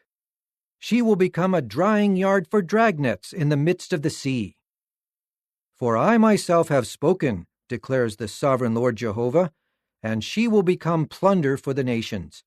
And her settlements in the countryside will be slaughtered by the sword, and people will have to know that I am Jehovah. For this is what the sovereign Lord Jehovah says. Here I am bringing King Nebuchadnezzar of Babylon against Tyre from the north. He is a king of kings, with horses, war chariots, cavalrymen, and an army of many soldiers. He will destroy your settlements in the countryside with the sword, and he will build a siege wall, and throw up a siege rampart against you, and raise up a great shield against you. He will pound your walls with his battering ram, and with his axes he will pull down your towers. His horses will be so many that they will cover you with dust, and the sound of the cavalry, the wheels, and the chariots will cause your walls to shake when he enters your gates, like men storming a city with broken walls. The hooves of his horses will trample down all your streets. He will kill your people with the sword, and your mighty pillars will crash to the ground. They will loot your resources, plunder your merchandise, tear down your walls, and pull down your fine houses. Then they will throw your stones and your woodwork and your soil into the water. I will put an end to the noise of your songs, and the sound of your harps will be heard no more. And I will make you a shining bare rock, and you will become a drying yard for dragnets. You will never be rebuilt, for I myself, Jehovah, have spoken, declares the sovereign Lord Jehovah. This is what the sovereign Lord Jehovah says to Tyre. At the sound of your downfall, when the dying ones are groaning, when a slaughter takes place in your midst, will the islands not shudder? All the princes of the sea will come down from their thrones and remove their robes and strip off their embroidered garments, and they will be seized with trembling.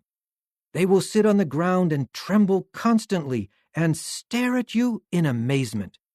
And they will sing a dirge over you and say to you, How you have perished, you who were inhabited from the seas, the praised city. You and your inhabitants were mighty on the sea, spreading terror to all the inhabitants of the earth. The islands will tremble on the day of your downfall. The islands of the sea will be disturbed when you are gone. For this is what the sovereign Lord Jehovah says. When I devastate you like the cities that are not inhabited, when I overwhelm you with the surging waters, and the mighty waters have covered you, I will bring you and those going down into the pit with you to the people of long ago. I will cause you to dwell in the lowest place, like the places of old that have been devastated, together with those going down into the pit, so that you may not be inhabited. Then I will glorify the land of the living. I will bring sudden terror upon you, and you will no longer be. They will search for you, but you will never again be found, declares the sovereign Lord Jehovah. Chapter 27. The word of Jehovah again came to me, saying, As for you, son of man, Sing a dirge over Tyre, and say to Tyre, "You who dwell at the gateways of the sea, the merchant for the peoples of many islands, this is what the sovereign Lord Jehovah says. O Tyre, you yourself have said, 'I am perfect in beauty.' Your territories are in the heart of the sea, and your builders have perfected your beauty. They made all your planks from the juniper trees of Senir, and they took a cedar from Lebanon to make a mast for you. They made your oars from oaks of Bashan, and your prow was of cypress inlaid with ivory from the islands of Kittim. Colorful linen from Egypt served as cloth for your sail, and your deck awnings were of blue thread and purple wool from the islands of Elisha. The inhabitants of Sidon and of Arvad were your rowers. Your own skilled men, O Tyre, were your sailors. The experienced and skilled men of Gebal caulked your seams. All the ships of the sea and their mariners came to you to trade merchandise. Men of Persia, Lud, and Put were in your army, your men of war. They hung their shields and helmets in you, and they brought you splendor. The men of Arvad in your army were stationed on your walls all around, and brave men manned your towers. They hung circular shields all around your walls, and perfected your beauty. Tarshish did business with you because of your abundant wealth. They exchanged silver, iron, tin, and lead for your goods. Javan, Tubal, and Meshech traded with you, exchanging slaves and articles of copper for your merchandise. The house of Togarmah exchanged horses and steeds and mules for your goods. The people of Dedan traded with you. You employed merchants on many islands. They gave ivory tusks and ebony as your tribute. Edom did business with you because of the abundance of your products. They gave turquoise, purple wool, colorful embroidery, fine fabric, corals, and rubies in exchange for your goods. Judah and the land of Israel traded with you, giving the wheat of Minnith, choice foods, honey, oil, and balsam in exchange for your goods. Damascus did business with you because of the abundance of your products and all your wealth, trading the wine of Helbon and wool of Zahar. Vedan and Javan from Uzal gave wrought iron, cassia, and cane in exchange for your goods. Dedan traded with you in saddlecloths for riding. You employed the Arabs and all the chieftains of Kedar, who were merchants of lambs and rams and goats. The merchants of Sheba and Raamah traded with you. They gave all sorts of the finest perfumes, precious stones, and gold in exchange for your goods. Haran, Cana, Eden, the merchants of Sheba, Asher, and Kilmad traded with you. In your marketplace they traded beautiful garments, cloaks made of blue material and colorful embroidery, and multicolored carpets, all bound and secured with ropes. The ships of Tarshish were the caravans for your merchandise, so that you were filled and loaded down in the heart of the open sea. Your rowers have brought you into heavy seas. The east wind has wrecked you in the heart of the open sea. Your wealth, your goods, your merchandise, your mariners, and your sailors, those caulking your seams, those trading your merchandise, and all the men of war, the entire multitude within you, they will all sink in the heart of the open sea on the day of your downfall. When your sailors cry out, the coastlands will shudder. All the oarsmen, the mariners, and the seamen will come down from their ships and stand on the land.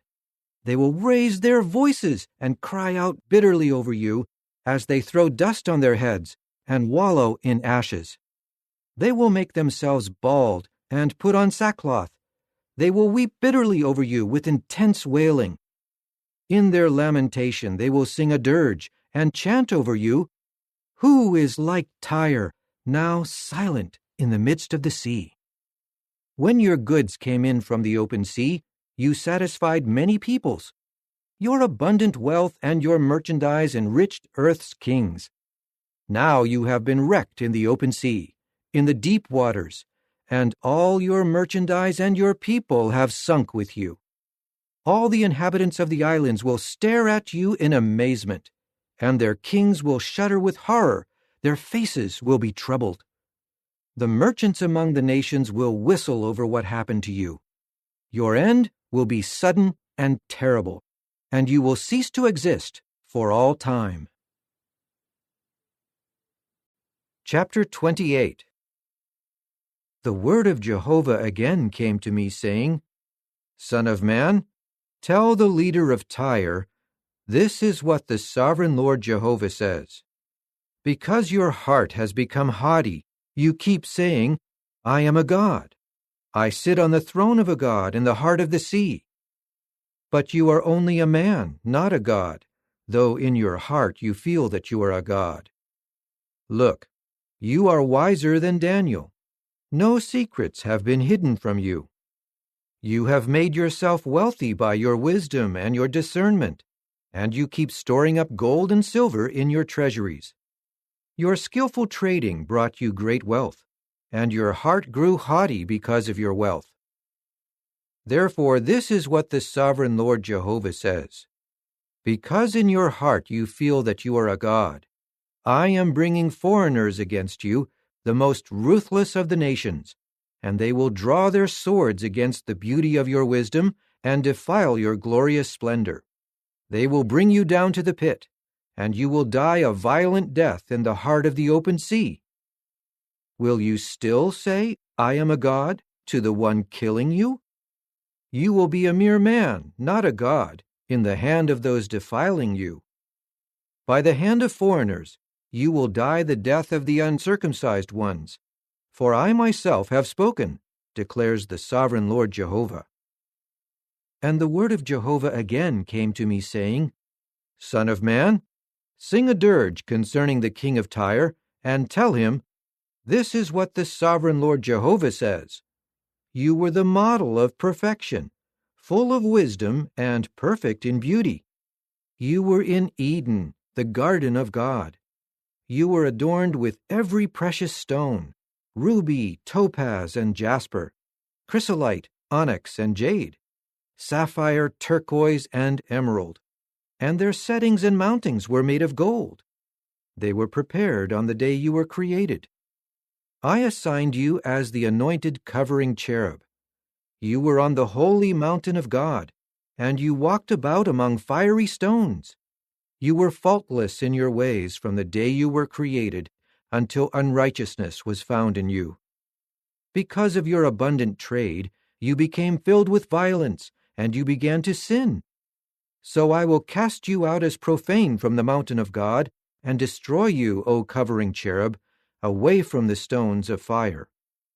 Your heart became haughty because of your beauty.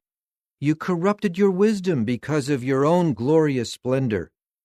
I will throw you down to the earth. I will make you a spectacle before kings. Because of your great guilt and your dishonest trading, you have profaned your sanctuaries. I will cause a fire to break out in your midst, and it will consume you. I will reduce you to ashes on the earth before all those looking at you. All who knew you among the peoples will stare at you in amazement. Your end will be sudden and terrible, and you will cease to exist for all time. And the word of Jehovah again came to me, saying, Son of man, turn your face toward Sidon, and prophesy against her. You should say, This is what the sovereign Lord Jehovah says. Here I am against you, O Sidon, and I will be glorified in your midst. And people will have to know that I am Jehovah when I execute judgment on her, and I am sanctified in her. I will send pestilence into her, and blood will flow in her streets. The slain will fall in her midst when the sword comes against her from all sides, and they will have to know that I am Jehovah. Then the house of Israel will no longer be surrounded by injurious briars and painful thorns, those who treat them with scorn, and people will have to know that I am the sovereign Lord Jehovah. This is what the sovereign Lord Jehovah says. When I regather the house of Israel from among the peoples where they were scattered, I will be sanctified among them in the eyes of the nations. and they will dwell on their land that I gave to my servant Jacob. They will dwell on it in security, and build houses, and plant vineyards, and they will dwell in security when I execute judgment on all those around them who treat them with scorn. And they will have to know that I am Jehovah their God. Chapter 29. In the 10th year, in the 10th month, on the 12th day of the month, the word of Jehovah came to me, saying, Son of man, turn your face toward Pharaoh king of Egypt, and prophesy against him and against all Egypt. Speak these words. This is what the sovereign Lord Jehovah says. Here I am against you, Pharaoh king of Egypt, the great sea monster lying among the streams of his Nile, who has said, My Nile river belongs to me. I made it for myself. But I will put hooks in your jaws, and cause the fish of your Nile to cling to your scales. I will bring you up out of your Nile along with all the fish of the Nile that cling to your scales. I will abandon you in the desert, you and all the fish of your Nile. You will fall on the open field, and you will not be gathered up nor be collected together. I will give you as food to the wild beasts of the earth and the birds of the sky. Then all the inhabitants of Egypt will have to know that I am Jehovah, for they were no more support to the house of Israel than a piece of straw. When they grasped your hand, you were crushed, and you caused them to tear their shoulder. When they supported themselves on you, you were broken, and you caused their legs to wobble. Therefore, this is what the sovereign Lord Jehovah says. Here I am bringing a sword upon you, and I will cut off from you both man and beast. The land of Egypt will become a desolate and devastated place, and they will have to know that I am Jehovah, for you have said, The Nile River belongs to me. I am the one who made it. So I am against you and against your Nile, and I will make the land of Egypt devastated and dry, a desolate wasteland, from Migdol to Syene, to the boundary of Ethiopia. Neither man nor livestock will pass through it on foot, and it will not be inhabited for 40 years. I will make the land of Egypt the most desolate of lands, and its cities will be the most desolate of cities for 40 years.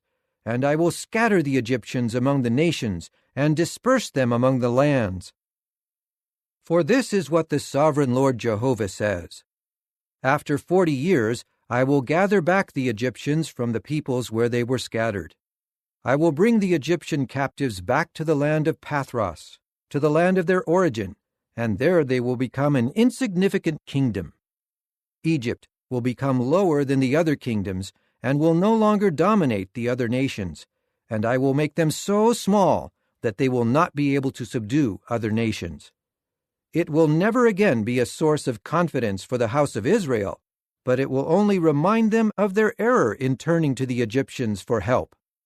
And they will have to know that I am the sovereign Lord Jehovah. Now in the 27th year, in the 1st month, on the 1st day of the month, the word of Jehovah came to me, saying, Son of man, King Nebuchadnezzar of Babylon made his army labor greatly against Tyre. Every head became bald, and every shoulder was rubbed bare. But he and his army received no wages for the labor he expended on Tyre. Therefore, this is what the sovereign Lord Jehovah says.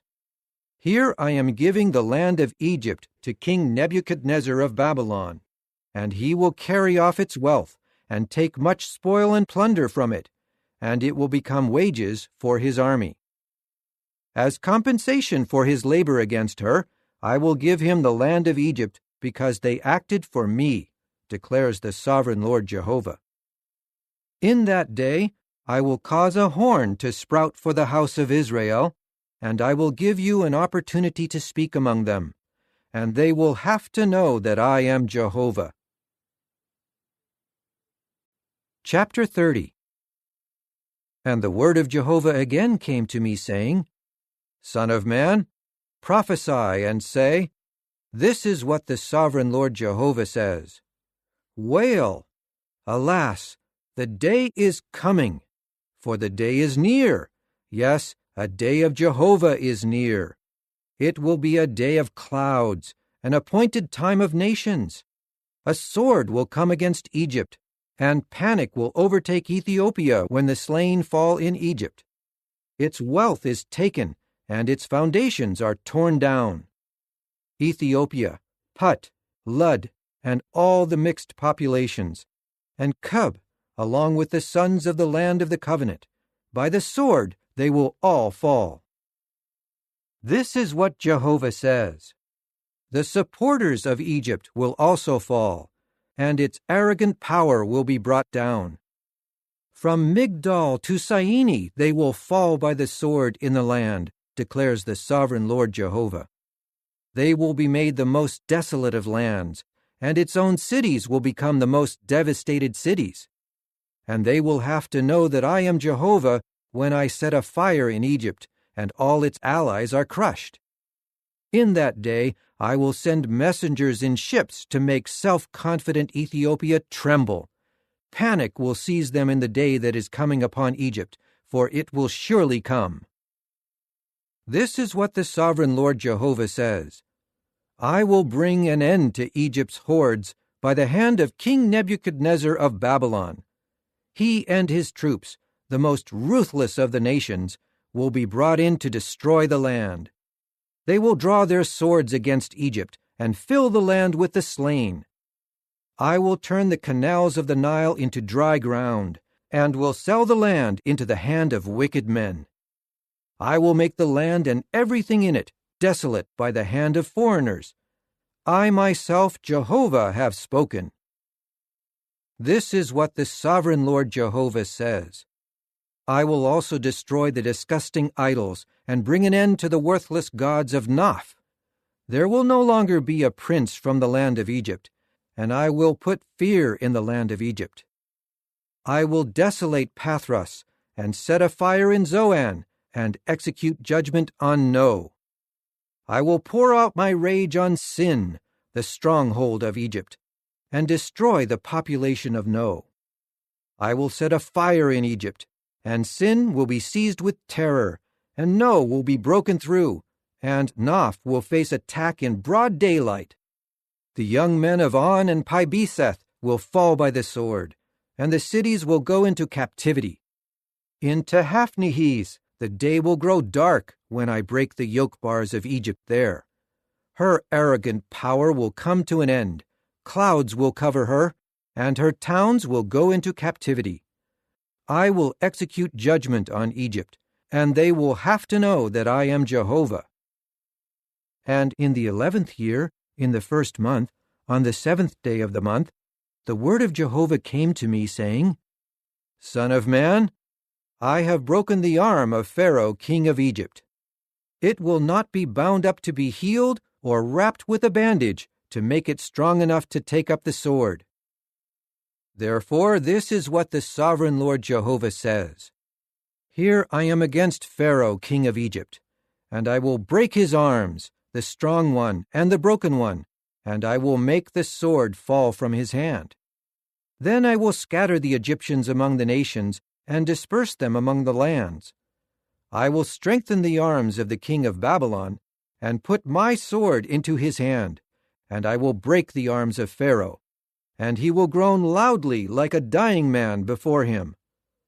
I will strengthen the arms of the king of Babylon, but the arms of Pharaoh will fall limp, and they will have to know that I am Jehovah when I put my sword into the hand of the king of Babylon, and he wields it against the land of Egypt. And I will scatter the Egyptians among the nations and disperse them among the lands, and they will have to know that I am Jehovah. Chapter 31. In the 11th year, in the 3rd month, on the 1st day of the month, the word of Jehovah again came to me, saying, Son of man, say to Pharaoh, king of Egypt, and to his hordes, Whom are you like in your greatness? There was an Assyrian, a cedar in Lebanon, with beautiful branches like a shady thicket, lofty in stature. Its top was among the clouds. The waters made it grow big. The deep springs of water caused it to grow high. Streams were all around where it was planted. Their channels watered all the trees of the field. That is why it grew taller than all the other trees of the field. Its boughs multiplied, and its branches grew long because of the abundant water in its streams. All the birds of the sky nested in its boughs. All the wild animals of the field gave birth under its branches, and all the populous nations were dwelling in its shade. It became majestic in beauty and in the length of its branches, for its roots went down into abundant waters. No other cedars in the garden of God could compare to it. None of the juniper trees had boughs like it, and none of the plane trees could match its branches. No other tree in the garden of God could rival its beauty. I made it beautiful, with abundant foliage, and all the other trees of Eden, the garden of the true God, envied it. Therefore, this is what the sovereign Lord Jehovah says. Because it became so tall, lifting its top among the clouds, and its heart became arrogant because of its height, I will hand it over to the mighty ruler of the nations. He will surely act against it, and I will reject it for its wickedness. And foreigners, the most ruthless of the nations, will cut it down, and they will abandon it on the mountains, and its foliage will fall in all the valleys, and its branches will lie broken in all the streams of the land. All the peoples of the earth will depart from its shade and abandon it. All the birds of the sky will live on its fallen trunk, and all the wild animals of the field on its branches. This is so that no tree near the waters should grow so tall, or lift up its top among the clouds, and that no well-watered tree may reach up to them in height. For they will all be given over to death, to the land down below, along with the sons of mankind who are going down into the pit. This is what the sovereign Lord Jehovah says. On the day it goes down to the grave, I will cause a mourning. Therefore, I will cover over the deep waters and hold back its streams so that the abundant waters are restrained. I will darken Lebanon because of it, and the trees of the field will all wither away. At the sound of its downfall, I will cause nations to shudder when I bring it down to the grave, along with all those going down into the pit, and all the trees of Eden, the choicest and the best of Lebanon, all that are well-watered, will be comforted in the land down below. They have gone down to the grave with him, to those slain by the sword, together with his supporters who lived in his shadow among the nations. Which of the trees of Eden was like you in glory and greatness? But you will certainly be brought down with the trees of Eden to the land down below. You will lie down among the uncircumcised ones, with those slain by the sword. This will happen to Pharaoh and all his hordes, declares the sovereign Lord Jehovah. Chapter 32. And in the 12th year, in the 12th month, on the first day of the month, the word of Jehovah again came to me, saying, Son of man, sing a dirge concerning Pharaoh, king of Egypt, and say to him, You were like a strong young lion of the nations, but you have been silenced. You were like a sea monster, thrashing about in your rivers, muddying the waters with your feet, and fouling the rivers. This is what the sovereign Lord Jehovah says. By means of an assembly of many nations, I will cast my net over you, and they will haul you up in my dragnet. I will abandon you on the land. I will cast you onto the open field. I will cause all the birds of the sky to settle on you, and I will satisfy the wild beasts of the whole earth with you. I will cast your flesh on the mountains, and fill the valleys with your remains. I will drench the land with your gushing blood up to the mountains, and it will fill the streams.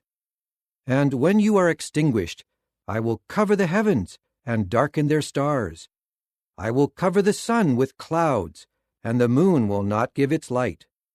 I will darken all the shining luminaries in the heavens because of you, and I will cover your land with darkness, declares the sovereign Lord Jehovah. I will distress the hearts of many peoples when I lead your captives to other nations, to lands that you have not known. I will cause many peoples to be awestruck, and their kings will shudder in horror over you when I brandish my sword before them. They will tremble continually, each fearing for his life on the day of your downfall. For this is what the sovereign Lord Jehovah says: the sword of the king of Babylon will come upon you. I will cause your hordes to fall by the swords of mighty warriors, the most ruthless of the nations, all of them. They will bring down the pride of Egypt, and all her hordes will be annihilated. I will destroy all her livestock beside her abundant waters, and no foot of a human or hoof of the livestock will muddy them again. At that time I will clear up their waters, and I will make their rivers flow like oil, declares the sovereign Lord Jehovah. When I make Egypt a desolate wasteland, a land stripped of all that filled it, when I strike down all the inhabitants in it, they will have to know that I am Jehovah. This is a dirge, and people will certainly chant it. The daughters of the nations will chant it. They will chant it over Egypt and over all its hordes, declares the sovereign Lord Jehovah. Then, in the 12th year, on the 15th day of the month, the word of Jehovah came to me, saying, Son of man, wail over the hordes of Egypt, and bring her down to the land below, her and the daughters of mighty nations, with those going down into the pit. Whom do you surpass in beauty? Go down and lie with the uncircumcised ones. They will fall among those slain by the sword. She has been given to the sword. Drag her away along with all her hordes. From the depths of the grave, the mightiest warriors will speak to him and his helpers. They will certainly go down and will lie just like the uncircumcised, slain by the sword. Assyria is there with all her assembly. Their graves are all around him, all of them fallen by the sword. Her graves are in the depths of the pit, and her assembly is all around her grave, all of them struck down by the sword, because they caused terror in the land of the living. Elam is there with all her hordes around her grave, all of them fallen by the sword. They have gone down uncircumcised to the land below, those who caused terror in the land of the living. Now they will bear their shame with those going down into the pit.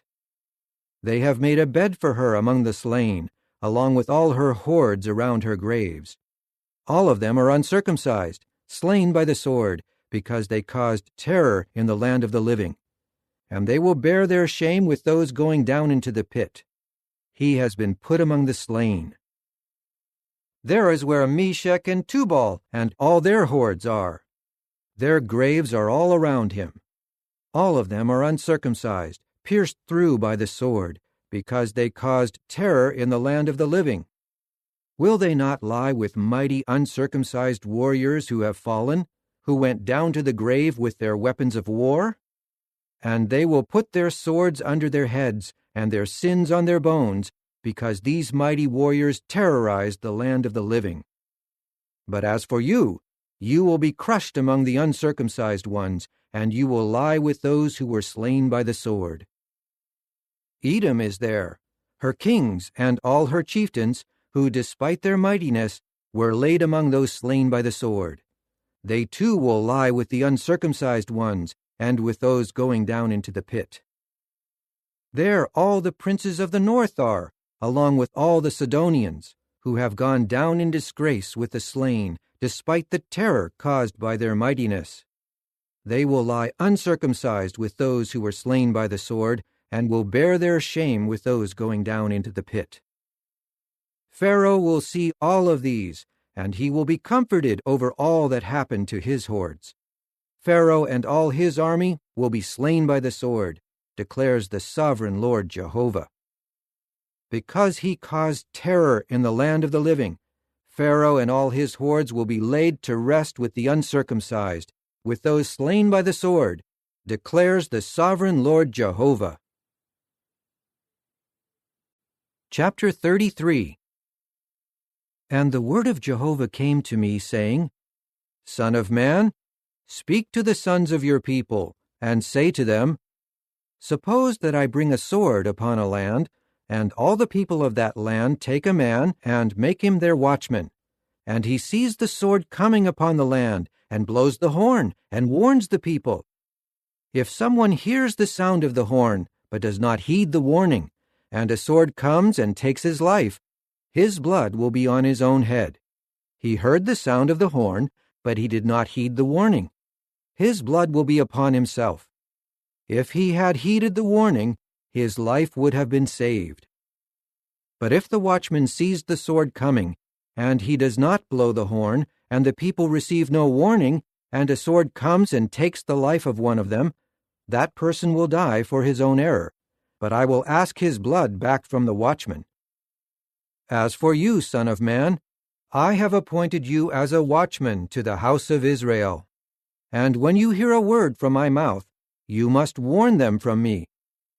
When I say to someone wicked, Wicked one, you will surely die, but you do not speak out to warn the wicked one to change his course, he will die as a wicked man because of his own error, but I will ask his blood back from you.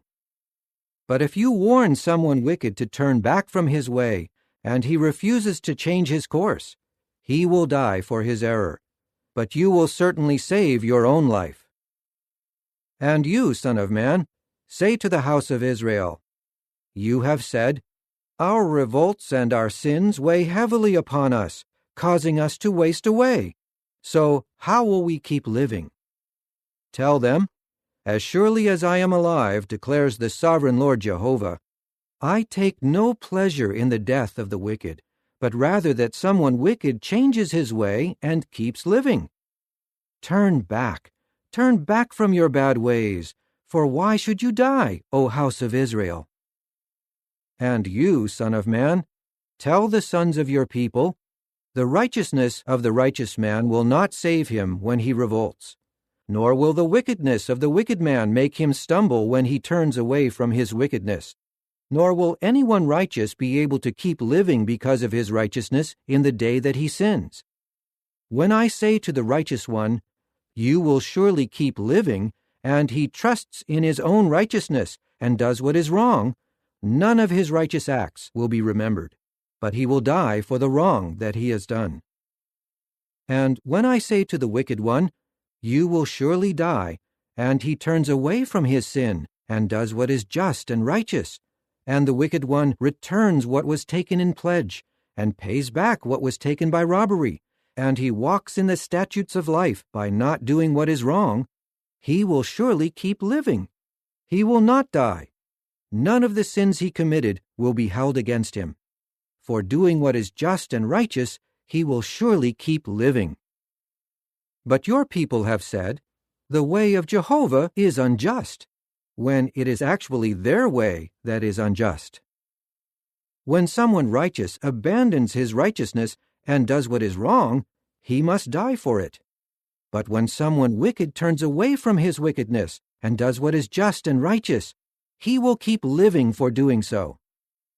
But you have said, The way of Jehovah is unjust. I will judge each of you according to his ways, O house of Israel. At length, in the 12th year, in the 10th month, on the 5th day of the month of our exile, a man who had escaped from Jerusalem came to me and said, The city has been struck down. Now the evening before the escaped man came, the hand of Jehovah had come upon me, and he had opened my mouth before the man came to me in the morning. So my mouth was opened, and I was no longer speechless. Then the word of Jehovah came to me, saying, Son of man, the inhabitants of these ruins are saying concerning the land of Israel, Abraham was just one man, and yet he took possession of the land. But we are many. Surely the land has been given to us as a possession. Therefore say to them, This is what the sovereign Lord Jehovah says. You are eating food with the blood, and you lift up your eyes to your disgusting idols, and you keep shedding blood. So why should you possess the land? You have relied on your sword. You engage in detestable practices, and each of you has defiled his neighbor's wife. So why should you possess the land? This is what you should say to them. This is what the sovereign Lord Jehovah says. As surely as I am alive, those living in the ruins will fall by the sword. Those in the open field I will give as food to the wild beasts. And those in the strongholds and the caves will die by disease. I will make the land an utterly desolate wasteland, and its arrogant pride will be brought to an end, and the mountains of Israel will be desolated, with no one passing through. And they will have to know that I am Jehovah when I make the land an utterly desolate wasteland because of all the detestable things that they have done. As for you, Son of Man, your people are speaking with one another about you beside the walls and in the doorways of the houses. They are saying to each other, each to his brother, Come, and let us hear the word that comes from Jehovah. They will crowd in to sit before you as my people, and they will hear your words, but they will not do them. For with their mouth they flatter you, but their heart is greedy for dishonest gain. Look, you are to them like a romantic love song, sung with a beautiful voice and skillfully played on a stringed instrument. They will hear your words, but no one will act on them. And when it comes true, and it will come true, they will have to know that a prophet has been among them. Chapter 34. The word of Jehovah again came to me, saying, Son of man, prophesy against the shepherds of Israel. Prophesy, and say to the shepherds, This is what the sovereign Lord Jehovah says. Woe to the shepherds of Israel, who have been feeding themselves! Is it not the flock that the shepherds should feed? You eat the fat, you clothe yourselves with the wool, and you slaughter the fattest animal, but you do not feed the flock. You have not strengthened the weak, or healed the sick, or bandaged the injured, or brought back the strays, or looked for the lost. Rather, you have ruled them with harshness and tyranny. So they were scattered, because there was no shepherd. They were scattered and became food for every wild beast of the field. My sheep were straying on all the mountains and on every high hill. My sheep were scattered over all the surface of the earth, with no one searching for them or seeking to find them. Therefore, you shepherds, hear the word of Jehovah. As surely as I am alive, declares the sovereign Lord Jehovah, because my sheep have become prey, food for every wild beast of the field, for there was no shepherd, and my shepherds did not search for my sheep. Rather, they kept feeding themselves, and did not feed my sheep. Therefore, you shepherds, hear the word of Jehovah. This is what the sovereign Lord Jehovah says. I am against the shepherds, and I will demand an accounting of them for my sheep. And I will dismiss them from feeding my sheep, and the shepherds will no longer feed themselves. I will rescue my sheep from their mouth, and they will no longer be food for them. For this is what the sovereign Lord Jehovah says. Here I am, and I myself will search for my sheep, and I will care for them. I will care for my sheep like a shepherd who has found his scattered sheep and is feeding them. I will rescue them from all the places where they were scattered in the day of clouds and thick gloom. I will bring them out from the peoples and collect them together from the lands, and bring them into their land, and feed them on the mountains of Israel, by the streams, and by all the dwelling places of the land. In a good pasture I will feed them, and the land where they graze will be on Israel's high mountains. They will lie down there in a good grazing land, and they will feed on choice pastures on the mountains of Israel. I myself will feed my sheep, and I myself will make them lie down, declares the sovereign Lord Jehovah. The lost one I will search for, the stray I will bring back, the injured I will bandage, and the weak I will strengthen. But the fat one and the strong one I will annihilate. I will feed that one with judgment. As for you, my sheep, this is what the sovereign Lord Jehovah says. I am about to judge between one sheep and another sheep, between the rams and the male goats. Is it not enough for you to feed on the very best pastures? Must you also trample the rest of your pastures with your feet? And after drinking the clearest water, must you foul the water by stamping with your feet? Should my sheep now feed on the pasture trampled by your feet, and drink the water befouled by the stamping of your feet? Therefore this is what the sovereign Lord Jehovah says to them. Here I am, and I myself will judge between a fat sheep and a lean sheep. For with your flank and shoulder you kept pushing, and with your horns you kept shoving all the sick ones until you had scattered them abroad. And I will save my sheep, and they will no longer become something to prey upon. And I will judge between a sheep and a sheep. I will raise up one shepherd over them, my servant David, and he will feed them. He himself will feed them and become their shepherd. And I, Jehovah, will become their God, and my servant David a chieftain among them. I myself, Jehovah, have spoken. And I will make a covenant of peace with them, and I will rid the land of vicious wild beasts, so that they may dwell securely in the wilderness and sleep in the forests. I will make them and the area around my hill a blessing, and I will cause the rain to fall at the proper time. Blessings will pour down like the rains. The trees of the field will yield their fruit, and the soil will give its produce, and they will dwell securely on the land. And they will have to know that I am Jehovah when I break their yoke bars and rescue them from those who enslaved them. They will no longer become something for the nations to prey upon, and the wild beasts of the earth will not devour them, and they will dwell in security, with no one to make them afraid.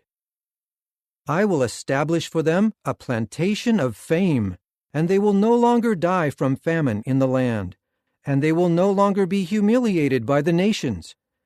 Then they will have to know that I, Jehovah their God, am with them, and that they, the house of Israel, are my people, declares the sovereign Lord Jehovah. As for you, my sheep, the sheep that I care for, you are but men, and I am your God, declares the sovereign Lord Jehovah. Chapter 35. The word of Jehovah again came to me, saying, Son of man, turn your face toward the mountainous region of Seir, and prophesy against it. Say to it, This is what the sovereign Lord Jehovah says. Here I am against you, O mountainous region of Seir, and I will stretch out my hand against you, and make you a desolate wasteland. I will turn your cities into ruins, and you will become a desolate wasteland. And you will have to know that I am Jehovah. For you showed unrelenting hostility, and you gave the Israelites over to the sword at the time of their disaster, at the time of their final punishment. Therefore, as surely as I am alive, declares the sovereign Lord Jehovah, I will prepare you for bloodshed, and bloodshed will pursue you. Since it was blood that you hated, bloodshed will pursue you. I will make the mountainous region of Seir a desolate wasteland, and I will cut off from it anyone passing through and anyone returning. I will fill its mountains with the slain, and those slain by the sword will fall on your hills, in your valleys, and in all your streams. I will make you a perpetual desolation, and your cities will not be inhabited. And you will have to know that I am Jehovah. Because you said, These two nations and these two lands will become mine, and we will take possession of both, even though Jehovah himself was there. Therefore, as surely as I am alive, declares the sovereign Lord Jehovah, I will deal with you according to the same anger and jealousy that you displayed in your hatred toward them, and I will make myself known among them when I judge you. You will then have to know that I myself, Jehovah, have heard all the insolent things you spoke against the mountains of Israel, when you said, They have been laid desolate, and have been given to us to devour. And you spoke arrogantly against me, and you multiplied your words against me. I heard it all. This is what the sovereign Lord Jehovah says. The whole earth will rejoice when I will make you a desolate wasteland. Just as you rejoiced when the inheritance of the house of Israel was laid desolate, that is how I will deal with you. You will become a desolate ruin, O mountainous region of Seir, yes, all of Edom, and they will have to know that I am Jehovah. Chapter 36. As for you, son of man, prophesy about the mountains of Israel and say, O mountains of Israel, hear the word of Jehovah. This is what the sovereign Lord Jehovah says. The enemy has said against you, Aha! Even the ancient high places have become our possession. So prophesy and say, This is what the sovereign Lord Jehovah says. Because they have desolated and attacked you from every direction, so that you would become a possession of the survivors from among the nations, and people keep talking about you and slandering you, therefore, O mountains of Israel, hear the word of the sovereign Lord Jehovah. This is what the sovereign Lord Jehovah says to the mountains and the hills, to the streams and the valleys, to the ruins that were desolated, and to the abandoned cities that have been plundered and ridiculed by the survivors of the nations around them. To these the sovereign Lord Jehovah says, In the fire of my zeal I will speak against the survivors of the nations and against all Edom, those who with great rejoicing and utter scorn have claimed my land as their own possession, to take over its pastures and to plunder it. So prophesy concerning the land of Israel, and say to the mountains and to the hills, to the streams and to the valleys, This is what the sovereign Lord Jehovah says. Look, I will speak in my zeal and in my rage, because you have borne humiliation by the nations. Therefore this is what the sovereign Lord Jehovah says. I myself raise my hand in an oath, that the surrounding nations will themselves bear their own shame. But you, O mountains of Israel, will produce branches, and bear your fruitage for my people Israel, for they will soon return. For I am with you, and I will turn toward you, and you will be cultivated and sown with seed. I will multiply your people, the whole house of Israel, all of it, and the cities will be inhabited, and the ruins will be rebuilt. Yes, I will multiply your people and your livestock. They will increase and be fruitful. And I will cause you to be inhabited as you were formerly, and I will make you prosper more than in the past, and you will have to know that I am Jehovah. I will cause people, my people Israel, to walk upon you, and they will take possession of you. You will become their inheritance, and you will never again make them childless. This is what the sovereign Lord Jehovah says. Because they are saying to you, You are a land that devours people and bereaves your nations of children, therefore you will no longer devour people or make your nations childless, declares the sovereign Lord Jehovah. I will not subject you to any more insults of the nations, or make you bear the taunts of people, and you will no longer cause your nations to stumble, declares the sovereign Lord Jehovah. And the word of Jehovah again came to me, saying, Son of man, when the house of Israel was dwelling in their land, they made it unclean by their ways and their dealings. Their ways were like the uncleanness of menstruation to me. So I poured out my rage on them because of the blood that they had shed upon the land, and because they made the land unclean with their disgusting idols. So I scattered them among the nations and dispersed them among the lands. I judged them according to their way and according to their dealings. But when they came to those nations, people profaned my holy name by saying about them, "These are the people of Jehovah," but they had to leave his land. So I will show concern for my holy name, which the house of Israel profaned among the nations where they have gone. Therefore say to the house of Israel, "This is what the sovereign Lord Jehovah says. Not for your sakes am I acting, O house of Israel, but for my holy name, which you profaned among the nations where you have gone. I will certainly sanctify my great name, which was profaned among the nations, which you profaned among them, and the nations will have to know that I am Jehovah, declares the sovereign Lord Jehovah, when I am sanctified among you before their eyes. I will take you from the nations and gather you back from all the lands and bring you into your land. I will sprinkle clean water on you, and you will become clean. I will cleanse you from all your uncleanness and from all your disgusting idols. I will give you a new heart and put a new spirit inside you. I will remove the heart of stone from your body and give you a heart of flesh. I will put my spirit inside you, and I will cause you to walk in my regulations, and you will observe and carry out my judicial decisions.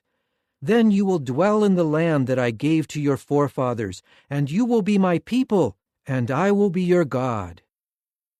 I will save you from all your uncleanness, and summon the grain, and make it abound, and I will not bring famine upon you. I will make the fruitage of the tree and the produce of the field abound, so that you may never again suffer the disgrace of famine among the nations. Then you will remember your evil ways and your deeds that were not good, and you will loathe yourselves because of your guilt and your detestable practices. But know this, I am not doing this for your sakes, declares the sovereign Lord Jehovah. Instead, be ashamed and feel humiliated because of your ways, O house of Israel. This is what the sovereign Lord Jehovah says. In the day that I cleanse you from all your guilt, I will cause the cities to be inhabited and the ruins to be rebuilt. The desolate land that was lying desolate for everyone passing by to see will be cultivated. And people will say, "The desolate land has become like the Garden of Eden, and the cities that were in ruins and desolate and torn down are now fortified and inhabited. And the nations that are left remaining around you will have to know that I myself, Jehovah, have built what was torn down, and I have planted what was desolate. I myself, Jehovah, have spoken, and I have done it." This is what the sovereign Lord Jehovah says. I will also let the house of Israel ask me to do this for them. I will multiply their people like a flock, like the flock of holy ones, like the flock of Jerusalem during her festivals. The cities that were in ruins will become full of flocks of people, and they will have to know that I am Jehovah. Chapter 37. The hand of Jehovah was upon me, and by his Spirit Jehovah took me and set me down in the middle of the valley plain, and it was full of bones. He had me pass all around them, and I saw that there were very many bones lying in the valley plain, and they were very dry. He asked me, "Son of man, can these bones come to life?" To that I said, "Sovereign Lord Jehovah, you are the one who knows." So he said to me, "Prophesy over these bones, and say to them, 'You dry bones, hear the word of Jehovah.' This is what the sovereign Lord Jehovah says to these bones. I will cause breath to enter you, and you will come to life. I will put sinews and flesh on you, and I will cover you with skin and put breath in you, and you will come to life, and you will have to know that I am Jehovah." Then I prophesied just as I had been commanded. As soon as I prophesied, there was a noise, a rattling sound, and the bones began to come together, bone to bone. Then I saw sinews and flesh come on them, and skin covered over them, but there was still no breath in them. He then said to me, "Prophesy to the wind. Prophesy, Son of Man, and say to the wind, 'This is what the sovereign Lord Jehovah says. From the four winds come in, O wind, and blow upon these people who were killed, so that they may come to life.'" So I prophesied just as he commanded me, and breath came into them, and they began to live and to stand on their feet, an extremely large army. Then he said to me, "Son of man, these bones are the whole house of Israel. Here they are saying, 'Our bones are dry, and our hope has perished. We are completely cut off.' So prophesy and say to them, 'This is what the sovereign Lord Jehovah says. I will open your graves and raise you up from your graves, my people, and bring you to the land of Israel. And you will have to know that I am Jehovah when I open your graves and when I raise you up out of your graves, O my people. I will put my spirit in you, and you will come to life, and I will settle you on your land. And you will have to know that I myself, Jehovah, have spoken, and I have done it, declares Jehovah." The word of Jehovah again came to me, saying, "And you, Son of Man, take a stick, and write on it, 'For Judah and for the people of Israel who are with him.' Then take another stick, and write on it, 'For Joseph, the stick of Ephraim, and all the house of Israel who are with him.' Then bring them close to each other, so that they become just one stick in your hand. When your people say to you, 'Will you not tell us what these things mean?' Tell them, 'This is what the sovereign Lord Jehovah says. I will take the stick of Joseph, which is in the hand of Ephraim, and the tribes of Israel who are with him, and I will join them to the stick of Judah. And I will make them one stick, and they will become one in my hand. The sticks that you write on should be in your hand for them to see. Then tell them, 'This is what the sovereign Lord Jehovah says. I will take the Israelites from among the nations where they have gone, and I will collect them together from every direction and bring them to their land. I will make them one nation in the land, on the mountains of Israel, and one king will rule over all of them. And they will no longer be two nations, nor will they be divided any longer into two kingdoms. They will no longer defile themselves with their disgusting idols and their detestable practices and all their transgressions. I will save them from all their unfaithfulness by which they have sinned, and I will cleanse them. They will be my people, and I myself will be their God. My servant David will be their king, and they will all have one shepherd. They will walk in my judicial decisions and carefully observe my statutes. They will dwell on the land that I gave to my servant, to Jacob, where your forefathers lived, and they will dwell on it forever, they and their children and their children's children. And David my servant will be their chieftain forever. And I will make a covenant of peace with them. It will be an eternal covenant with them. I will establish them and make them many, and place my sanctuary among them forever. My tent will be with them, and I will be their God, and they will be my people. And the nations will have to know that I, Jehovah, am sanctifying Israel when my sanctuary is in their midst forever. Chapter 38. The word of Jehovah again came to me, saying, Son of man, set your face against Gog of the land of Magog, the head chieftain of Meshech and Tubal, and prophesy against him. Say, This is what the sovereign Lord Jehovah says. Here I am against you, O Gog, head chieftain of Meshech and Tubal. I will turn you around and put hooks in your jaws and bring you out with all your army, horses and horsemen, all of them clothed in splendor, a vast assembly with large shields and bucklers, all of them wielding swords. Persia, Ethiopia, and Put are with them, all of them with buckler and helmet. Gomer and all its troops, the house of Togarmah from the remotest parts of the north, along with all its troops, many peoples are with you. Be ready, prepare yourselves, you with all your armies that are assembled with you, and you will be their commander.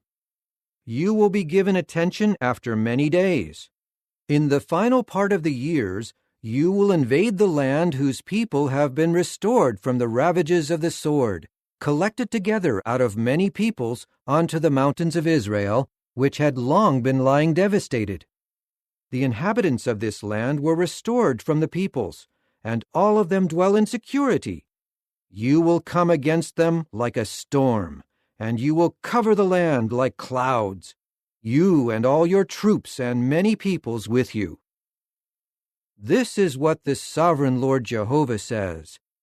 In that day, thoughts will come into your heart, and you will devise an evil plan. You will say, I will invade the land of unprotected settlements. I will come against those living in security, without disturbance, all of them living in settlements unprotected by walls, bars, or gates. It will be to take much spoil and plunder, to attack the devastated places that are now inhabited, and a people regathered from the nations who are accumulating wealth and property, those who are living in the center of the earth. Sheba and Dedan, the merchants of Tarshish, and all its warriors will say to you, Are you invading to get much spoil and plunder? Have you assembled your armies to carry off silver and gold, to take wealth and property, to seize a very great spoil? So prophesy, Son of Man, and say to Gog, This is what the sovereign Lord Jehovah says. On that day when my people Israel are dwelling in security, will you not know it? You will come from your place, from the remotest parts of the north, you and many peoples with you, all of them riding on horses, a great assembly, a vast army. Like clouds covering the land, you will come against my people Israel. In the final part of the days, I will bring you against my land, so that the nations may know me when I sanctify myself through you before their eyes, O Gog. This is what the sovereign Lord Jehovah says. Are you not the same one I spoke about in the former days through my servants the prophets of Israel, who prophesied for many years that you would be brought against them? On that day, the day when Gog invades the land of Israel, declares the sovereign Lord Jehovah, my great rage will flare up. In my zeal, in the fire of my fury, I will speak. And in that day there will be a great earthquake in the land of Israel. Because of me, the fish of the sea, the birds of the sky, the wild beasts of the field, all the reptiles that creep on the ground, and all humans on the surface of the earth will tremble, and the mountains will be thrown down, and the cliffs will fall, and every wall will collapse to the ground. I will call for a sword against him on all my mountains, declares the sovereign Lord Jehovah. Every man's sword will be against his own brother. I will bring my judgment against him with pestilence and bloodshed, and I will rain down a torrential downpour and hailstones and fire and sulfur on him, and on his troops, and on the many peoples with him. And I will certainly magnify myself and sanctify myself, and make myself known before the eyes of many nations, and they will have to know that I am Jehovah. Chapter 39. And you, Son of Man, prophesy against Gog, and tell him, This is what the sovereign Lord Jehovah says. I am against you, Gog, head chieftain of Meshech and Tubal. I will turn you around and lead you and make you come up from the remotest parts of the north and bring you in upon the mountains of Israel. I will knock your bow out of your left hand and make your arrows fall from your right hand. On the mountains of Israel you will fall, you and all your troops and the peoples who will be with you. I will give you as food to all kinds of birds of prey and the wild beasts of the field. You will fall on the open field, for I myself have spoken, declares the sovereign Lord Jehovah. And I will send fire against Magog and against those who are inhabiting the islands in security, and they will have to know that I am Jehovah. I will make my holy name known among my people Israel, and I will not allow my holy name to be profaned any longer. And the nations will have to know that I am Jehovah, the Holy One in Israel. Yes, this is coming, and it will be done, declares the sovereign Lord Jehovah. This is the day I have spoken about. The inhabitants of the cities of Israel will go out and make fires with the weapons, the bucklers and shields, the bows and arrows, the war clubs and lances. And they will use them to light fires for 7 years. They will not need to take wood from the field or gather firewood from the forests, because they will use the weapons to light fires. They will take spoil from those who despoiled them, and plunder from those who had been plundering them, declares the sovereign Lord Jehovah. On that day I will give Gog a burial place there in Israel, in the valley of those who travel east of the sea, and it will block the path of those passing through. That is where they will bury Gog and all his hordes, and they will call it the Valley of Hamon-Gog. The house of Israel will spend 7 months burying them in order to cleanse the land. All the people of the land will work at burying them, and this will bring them fame in the day that I glorify myself, declares the sovereign Lord Jehovah. Men will be assigned to pass through the land constantly and bury the bodies left remaining on the surface of the earth in order to cleanse it. They will continue the search for 7 months. When those who pass through the land see a human bone, they will set up a marker beside it. Then those assigned to do the burying will bury it in the valley of Hamon-Gog. And there will also be a city there named Hamona, and they will cleanse the land.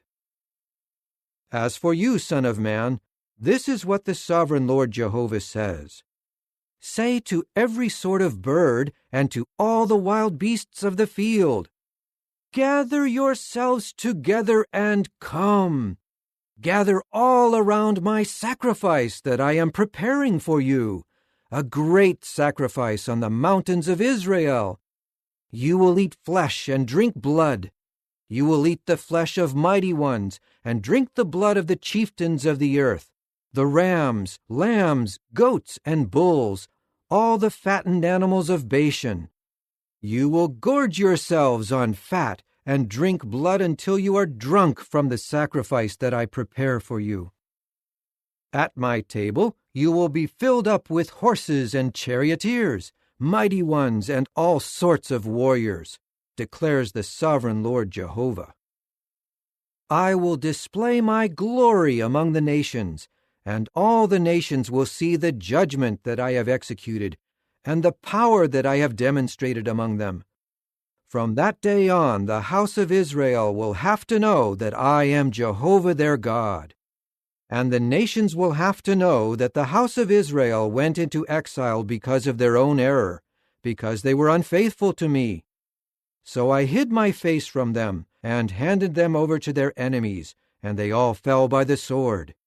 I dealt with them according to their uncleanness and their transgressions, and I hid my face from them. Therefore, this is what the sovereign Lord Jehovah says. I will restore the captives of Jacob and have mercy on the whole house of Israel. and I will zealously defend my holy name. After they have been humiliated for all their unfaithfulness toward me, they will dwell securely on their land, with no one to make them afraid. When I bring them back from the peoples and collect them together from the lands of their enemies, I will also sanctify myself among them before the eyes of many nations. They will have to know that I am Jehovah their God when I send them into exile among the nations and then gather them back to their land, not leaving any of them behind. I will not hide my face from them any longer, for I will pour out my spirit on the house of Israel, declares the sovereign Lord Jehovah. Chapter 40. In the 25th year of our exile, at the beginning of the year, on the 10th day of the month, in the 14th year after the city had fallen, on that very day, the hand of Jehovah was upon me, and he took me to the city. By means of visions from God, he brought me to the land of Israel, and set me down on a very high mountain, on which there was a structure like a city to the south. When he brought me there, I saw a man whose appearance was like that of copper. He had a flax cord and a measuring reed in his hand, and he was standing in the gateway. The man said to me, "Son of man, look closely, listen carefully, and pay attention to everything I show you, for that is why you were brought here. Tell the house of Israel everything that you see." I saw a wall surrounding the outside of the temple. In the man's hand was a measuring reed 6 cubits long. To each cubit a handbreadth was added. He began to measure the wall, and its thickness was 1 reed, and its height was 1 reed. Then he came to the gate that faced east and climbed its steps. When he measured the threshold of the gate, its width was 1 reed, and the width of the other threshold was also 1 reed. Each guard chamber was 1 reed long and 1 reed wide, and there were 5 cubits between the guard chambers. The threshold of the gate beside the porch of the gate facing the interior measured 1 reed. He measured the porch of the gate toward the interior, and it was 1 reed. He then measured the porch of the gate, which was 8 cubits. And he measured its side pillars, which were 2 cubits, and the porch of the gate was on the side facing the interior. There were 3 guard chambers on each side of the east gate. The 3 were the same size, and the side pillars on either side were the same size. Then he measured the width of the entrance of the gate, which was 10 cubits, and the length of the gate was 13 cubits. The partitioned area in front of the guard chambers on either side was 1 cubit. The guard chambers on both sides were 6 cubits each. He then measured the gate from the roof of the one guard chamber to the roof of the other, and it was 25 cubits wide. One entrance was across from the other entrance. Then he measured the side pillars, which were 60 cubits tall, as well as the side pillars in the gates all around the courtyard. From the front of the entrance of the gate to the front of the porch on the inner side of the gate was 50 cubits. There were windows with narrowing frames for the guard chambers and for their side pillars inside the gate on each side. The interior of the porches also had windows on each side, and there were palm tree figures on the side pillars.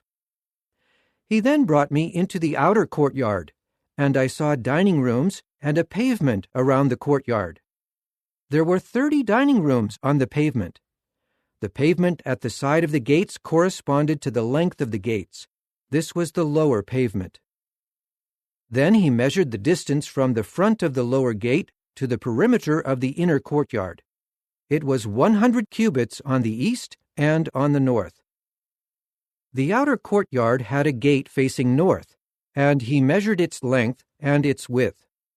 There were 3 guard chambers on each side. Its side pillars and porch had the same measurements as the first gate. It was 50 cubits long and 25 cubits wide. Its windows, its porch, and its palm tree figures were the same size as those of the east gate. People could reach it by climbing 7 steps, and its porch was in front of them. There was a gate in the inner courtyard opposite the north gate and one opposite the east gate. He measured the distance from gate to gate, and it was 100 cubits. Next he brought me toward the south, and I saw a gate on the south side. He measured its side pillars and its porch, and they were the same size as the others. There were windows on each side of it and its porch, like the other windows. It was 50 cubits long and 25 cubits wide. There were 7 steps leading up to it, and its porch was in front of them. And it had palm tree figures on its side pillars, one on each side. The inner courtyard had a gate facing south. He measured southward from gate to gate, and the distance was 100 cubits. Next he brought me into the inner courtyard through the south gate. When he measured the south gate, it was the same size as the others. Its guard chambers, its side pillars, and its porch were the same size as the others. There were windows on each side of it and its porch. It was 50 cubits long and 25 cubits wide. There were porches all around. They were 25 cubits long and 5 cubits wide. Its porch faced the outer courtyard, and there were palm tree figures on its side pillars, and 8 steps led up to it. When he brought me into the inner courtyard from the east, he measured the gate, and it was the same size as the others. Its guard chambers, its side pillars, and its porch were the same size as the others, and there were windows on each side of it and its porch. It was 50 cubits long and 25 cubits wide. Its porch faced the outer courtyard, and there were palm tree figures on both of its side pillars, and 8 steps led up to it. He then brought me into the north gate and measured it. It was the same size as the others. Its guard chambers, its side pillars, and its porch were the same as the others. It had windows on each side. It was 50 cubits long and 25 cubits wide. Its side pillars faced the outer courtyard, and there were palm tree figures on both of its side pillars, and 8 steps led up to it. A dining room with its entrance was near the side pillars of the gates, where the whole burnt offerings were washed. There were 2 tables on each side of the porch of the gate on which to slaughter the whole burnt offerings, the sin offerings, and the guilt offerings. On the way up to the north gate, there were 2 tables outside the entrance. There were also 2 tables on the other side of the porch of the gate. There were 4 tables on each side of the gate, 8 tables in all, on which the sacrifices were slaughtered. The 4 tables for the whole burnt offering were of hewn stone. They were 1.5 cubits long, 1.5 cubits wide, and 1 cubit high. On them were kept the implements used to slaughter the burnt offerings and the sacrifices. Shelves, 1 handbreadth wide, were attached all around the interior walls, and the flesh of the gift offerings would be placed on the tables. Outside the inner gate were the dining rooms for the singers. They were in the inner courtyard near the north gate, facing south. Another dining room was near the east gate, facing north. He said to me, "This dining room that faces south is for the priests who are responsible for the services in the temple. The dining room that faces north is for the priests who are responsible for the service of the altar. They are the sons of Zadok, those from the Levites who are assigned to approach Jehovah to minister to him." Then he measured the inner courtyard. It was 100 cubits long and 100 cubits wide, 4 square. The altar was in front of the temple. Then he brought me into the porch of the temple, and he measured the side pillar of the porch, and it was 5 cubits on one side and 5 cubits on the other side. The width of the gate was 3 cubits on one side and 3 cubits on the other side. The porch was 20 cubits long and 11 cubits wide. People would reach it by climbing the steps. There were pillars by the side posts, 1 on each side. Chapter 41. Then he brought me into the outer sanctuary, and he measured the side pillars. They were 6 cubits wide on one side and 6 cubits wide on the other side. The entrance was 10 cubits wide, and the side walls of the entrance were 5 cubits on one side and 5 cubits on the other side. He measured its length, which was 40 cubits, and its width 20 cubits. He then went inside and measured the side pillar of the entrance, and it was 2 cubits thick, and the entrance was 6 cubits wide. The side walls of the entrance were 7 cubits. Next he measured the room facing the outer sanctuary, and it was 20 cubits long and 20 cubits wide. And he said to me, "This is the most holy." Then he measured the wall of the temple, and it was 6 cubits thick. The side chambers around the temple were 4 cubits wide. The side chambers were 3 stories high, one on top of the other, with 30 chambers on each story. There were ledges around the wall of the temple that served as supports for the side chambers, so that the supports did not go into the wall of the temple itself. On both sides of the temple was a winding passage that widened as it ascended to the upper chambers. The width increased from story to story as one ascended from the lowest story to the uppermost story by passing through the middle story. I saw that there was a raised platform all around the temple, and the foundations of the side chambers measured a full reed of 6 cubits to the corner. The width of the outside wall of the side chambers was 5 cubits. There was an open space alongside the structure of the side chambers that was part of the temple. Between the temple and the dining rooms was an area that was 20 cubits wide on each side. There was an entrance between the side chambers and the open space on the north side, and another entrance on the south side. The width of the open space was 5 cubits all around. The building that was on the west, facing the open area, was 70 cubits wide and 90 cubits long. The wall of the building was 5 cubits thick all around. He measured the temple, and it was 100 cubits long. The open area, the building, and its walls were also 100 cubits long. The width of the front of the temple facing east and the open area was 100 cubits. He measured the length of the building that faced the open area in the rear, along with its galleries on both sides, and it was 100 cubits. He also measured the outer sanctuary, the inner sanctuary, and the porches of the courtyard, as well as the thresholds, the windows with narrowing frames, and the galleries that were in those 3 areas. Near the threshold were wood panels from the floor up to the windows, and the windows were covered. Measurements were taken above the entrance and in the inner temple, and on the outside and on the entire wall all around.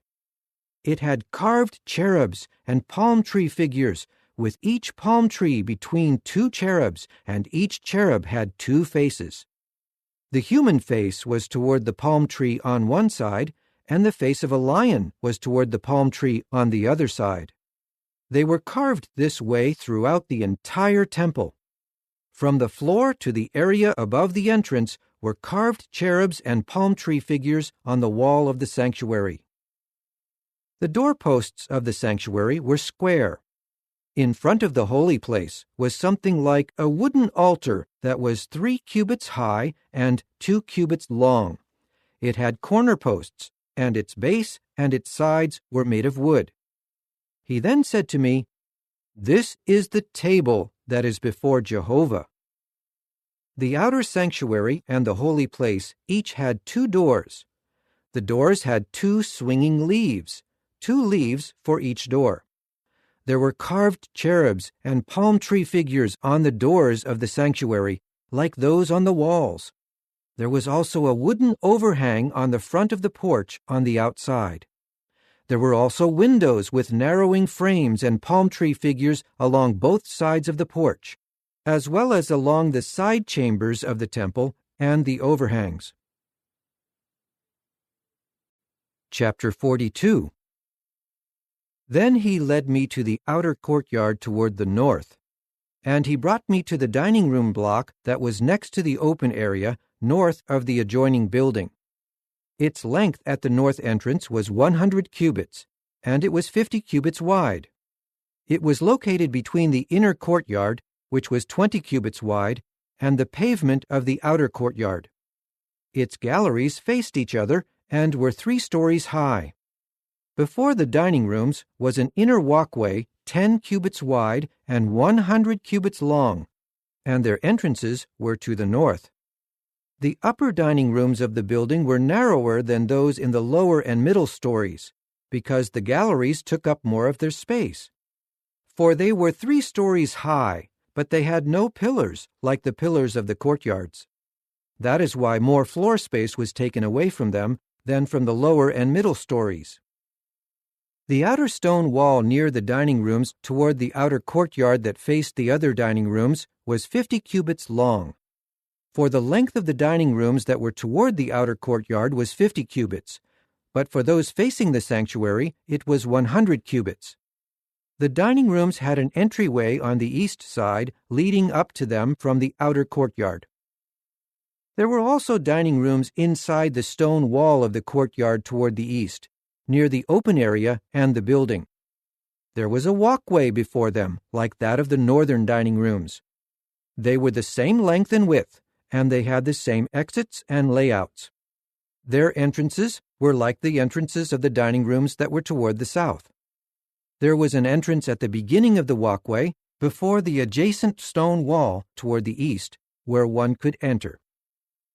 Then he said to me, "The dining rooms of the north and the dining rooms of the south that are next to the open area are the holy dining rooms, where the priests who are approaching Jehovah eat the most holy offerings. There they place the most holy offerings, the grain offering, the sin offering, and the guilt offering, because the place is holy. When the priests enter, they should not go out of the holy place to the outer courtyard without first removing the garments in which they minister, for these are holy. They will clothe themselves with other garments in order to approach the areas permitted to the people."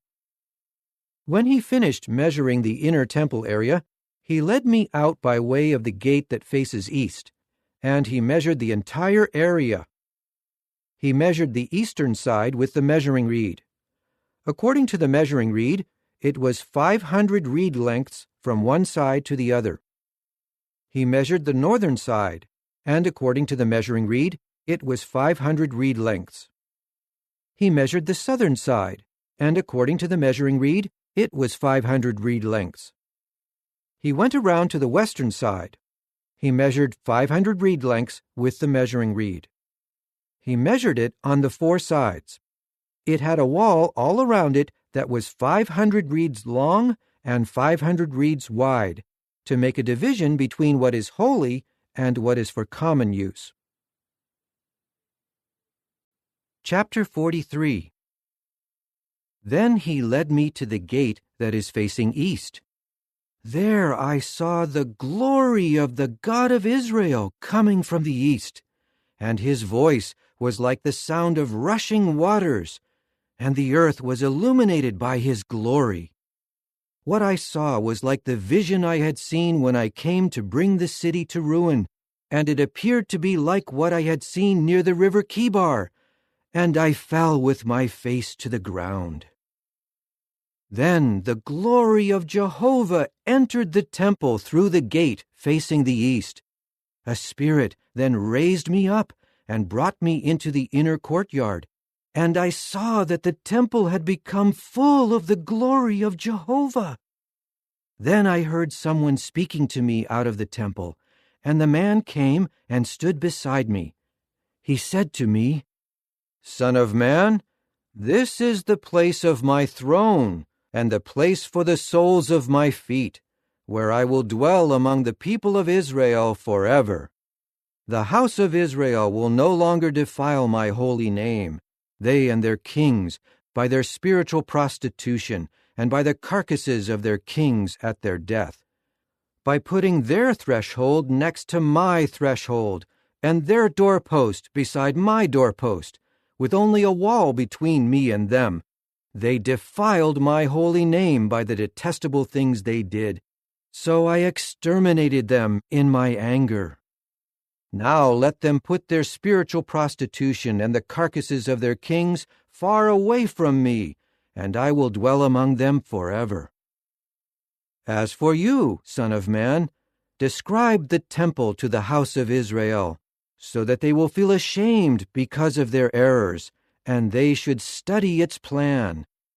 If they feel ashamed of all they have done, you should make known to them the ground plan of the temple, its arrangement, its exits, and its entrances. Show them all its ground plans and its statutes, its ground plans and its laws, and write them down before their eyes, so that they may observe all its ground plan and carry out its statutes. This is the law of the temple. The entire territory all around the top of the mountain is most holy. Look, this is the law of the temple. These are the measurements of the altar in cubits. To each cubit a handbreadth was added. Its base is a cubit, and it is a cubit wide. It has a border all around the edge that is 1 span in width. This is the base of the altar. From the base on the floor to the lower surrounding ledge is 2 cubits, and its width is 1 cubit. From the small surrounding ledge to the big surrounding ledge is 4 cubits, and its width is a cubit. The altar hearth is 4 cubits high, and projecting up from the altar hearth are the 4 horns. The altar hearth is square, 12 cubits long and 12 cubits wide. The 4 sides of the surrounding ledge are 14 cubits long and 14 cubits wide, and the surrounding border is half a cubit, and its base is a cubit on all sides, and its steps are facing east. He then said to me, Son of man, this is what the sovereign Lord Jehovah says. These are the directions to follow when the altar is made, so that whole burnt offerings may be offered, and blood may be sprinkled on it. You are to give a young bull of the herd as a sin offering to the Levitical priests of the offspring of Zadok, who approach me to minister to me, declares the sovereign Lord Jehovah. You should take some of its blood and put it on the 4 horns of the altar, on the 4 corners of the surrounding ledge, and on the border all around, in order to purify it from sin and to make atonement for it. Then take the young bull, the sin offering, in order to burn it in the appointed place of the temple outside the sanctuary. On the 2nd day you will offer a sound male goat as a sin offering, and they will purify the altar from sin, just as they purified it from sin with the young bull. When you finish purifying it from sin, you will offer a sound young bull of the herd and a sound ram from the flock. You are to present them to Jehovah, and the priests must throw salt on them and offer them up as a whole burnt offering to Jehovah. For 7 days you will offer a male goat as a daily sin offering, as well as a young bull of the herd and a ram of the flock. You will offer unblemished animals. For 7 days they are to make atonement for the altar, and they must cleanse it and install it. When the days are completed, on the 8th day and thereafter, the priests will offer your whole burnt offerings and communion sacrifices on the altar. And I will find pleasure in you, declares the sovereign Lord Jehovah. Chapter 44. He brought me back by way of the outer gate of the sanctuary facing east, and it was shut. Then Jehovah said to me, This gate will remain shut. It is not to be opened, and no human will enter by it. For Jehovah, the God of Israel, has entered through it, so it must remain shut. However, the chieftain will sit in it to eat bread before Jehovah, for he is a chieftain. He will come in through the porch of the gate, and he will go out through it. Then he brought me through the north gate to the front of the temple. When I looked, I saw that the glory of Jehovah had filled the temple of Jehovah. So I fell with my face to the ground. Then Jehovah said to me, Son of man, pay attention, watch, and listen carefully to everything I tell you about the statutes and the laws of the temple of Jehovah. Pay close attention to the entryway of the temple and all the exits of the sanctuary. You must say to the rebellious house of Israel, This is what the sovereign Lord Jehovah says. That is enough of your detestable practices, O house of Israel. When you bring foreigners who are uncircumcised in heart and flesh into my sanctuary, they profane my temple. You present my bread, fat, and blood, while my covenant is being broken because of all your detestable practices. You have not taken care of my holy things. Instead, you assign others to take care of the duties in my sanctuary. This is what the sovereign Lord Jehovah says. No foreigner living in Israel who is uncircumcised in heart and in flesh may enter my sanctuary. But the Levites who strayed far from me when Israel strayed from me to follow their disgusting idols will bear the consequences of their error. And they will become ministers in my sanctuary, to oversee the gates of the temple, and to minister at the temple. They will slaughter the whole burnt offering and the sacrifice for the people, and they will stand before the people to minister to them. Because they ministered to them before their disgusting idols, and became a stumbling block causing the house of Israel to sin, that is why I have raised my hand against them in an oath, declares the sovereign Lord Jehovah, and they will bear the consequences of their error. They will not approach me to serve as my priests, or approach any of my holy or most holy things, and they will bear their shame because of the detestable things that they did. But I will make them caretakers of the responsibilities of the temple to take care of its service and all the things that should be done in it. As for the Levitical priests, the sons of Zadok, who took care of the responsibilities of my sanctuary when the Israelites strayed from me, they will approach me to minister to me, and they will stand before me to offer me the fat and the blood, declares the sovereign Lord Jehovah. They are the ones who will enter my sanctuary, and they will approach my table to minister to me, and they will take care of their responsibilities to me. When they come into the gates of the inner courtyard, they should wear linen garments. They should not wear any wool when they minister in the gates of the inner courtyard or inside it. They should wear linen turbans on their head, and linen shorts should cover their hips. They should not wear anything that makes them perspire. Before they go out to the outer courtyard where the people are, they should remove the garments they were ministering in and place them in the holy dining rooms. Then they will put on other garments, so that they will not transmit holiness to the people with their garments. They should not shave their head or let the hair of their head grow long. They should trim the hair of their heads. The priests should not drink wine when they enter the inner courtyard. They should not take a widow or a divorced woman as a wife, but they may marry either a virgin of the offspring of Israel or the widow of a priest. They should instruct my people about the difference between what is holy and what is common, and they will teach them the difference between what is unclean and what is clean. They should preside as judges in a legal case. They must judge it in harmony with my judicial decisions. They should keep my laws and my statutes regarding all my festivals and sanctify my Sabbaths. They should not approach any dead human, or they will become unclean. However, they may make themselves unclean for their father, mother, son, daughter, brother, or an unmarried sister. And after the purification of a priest, they should count off 7 days for him. On the day he enters into the holy place, into the inner courtyard to minister in the holy place, he should present his sin offering, declares the sovereign Lord Jehovah. And this will be their inheritance. I am their inheritance. You should not give them any possession in Israel, for I am their possession. They will be the ones to eat the grain offering, the sin offering, and the guilt offering, and every devoted thing in Israel will become theirs.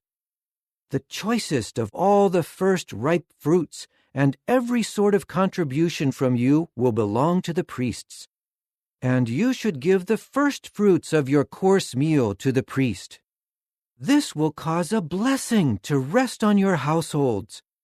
The priests should not eat any bird or animal that was found dead or torn to pieces.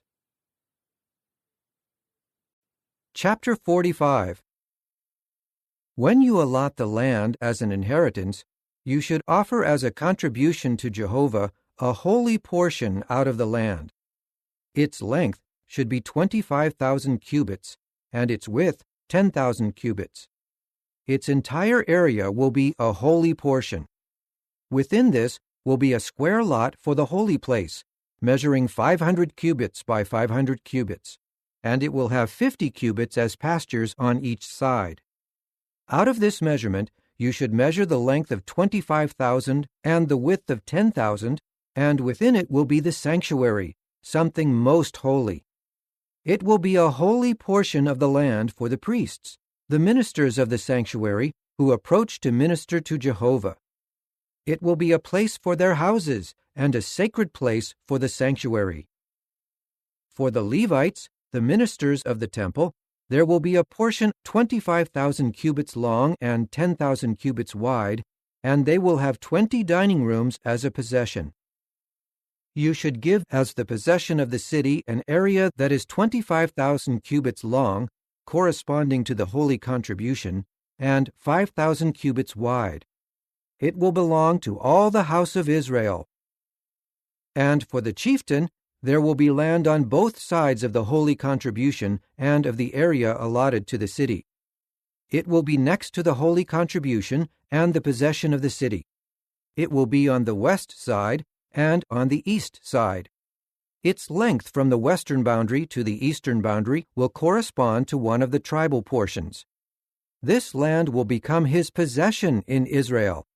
My chieftains will no longer mistreat my people, and they will give the land to the house of Israel according to their tribes.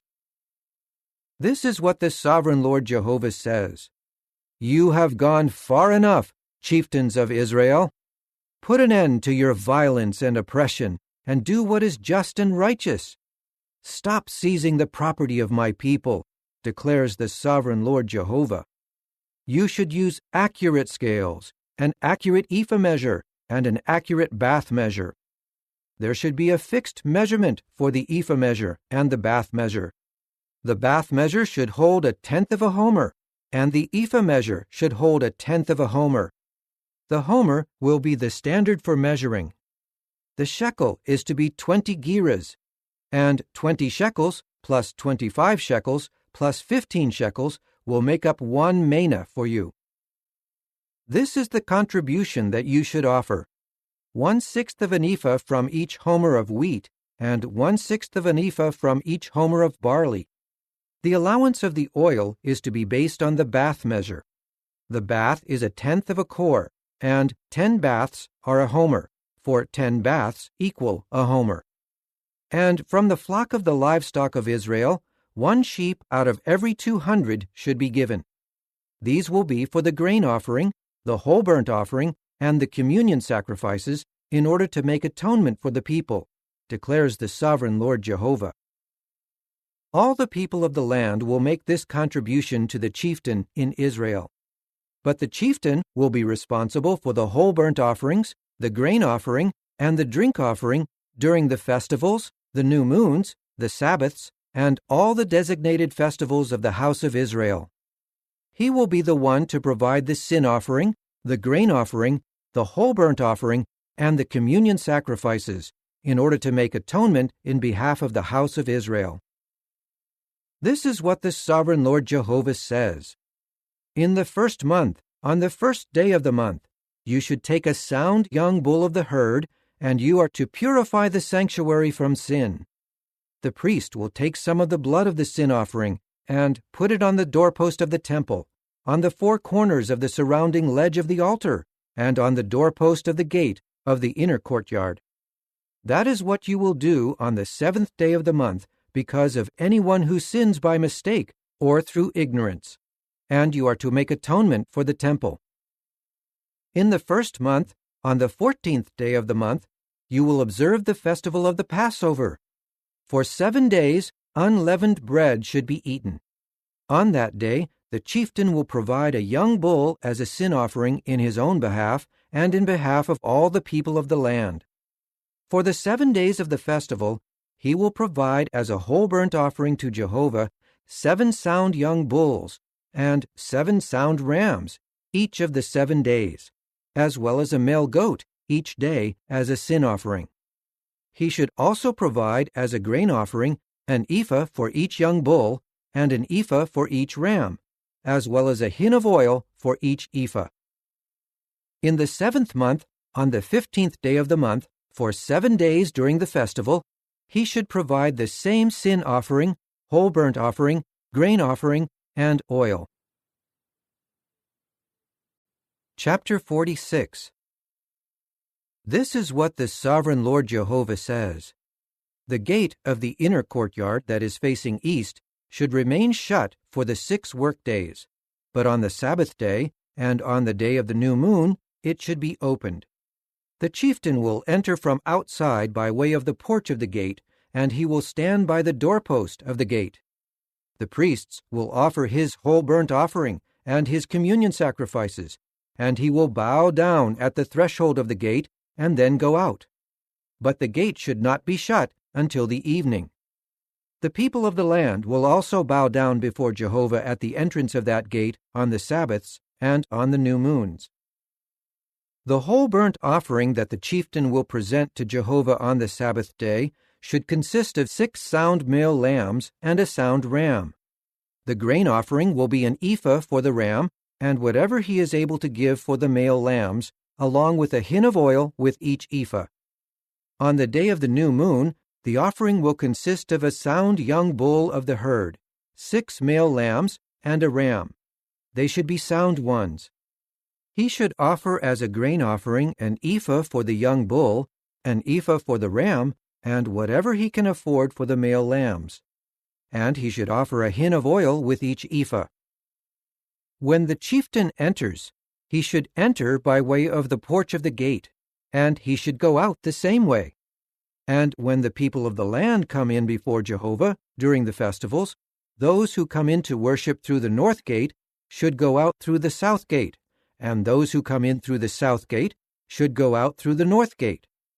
No one should go back by way of the gate through which he entered, for they should exit through the gate that is opposite them. As for the chieftain who is among them, he should come in when they come in, and he should go out when they go out. During the festivals and the festal seasons, the grain offering should be an ephah for the young bull, an ephah for the ram, and whatever he is able to give for the male lambs, along with a hin of oil with each ephah. If the chieftain provides a whole burnt offering or communion sacrifices as a voluntary offering to Jehovah, the gate facing east will be opened for him, and he will provide his whole burnt offering and his communion sacrifices just as he does on the Sabbath day.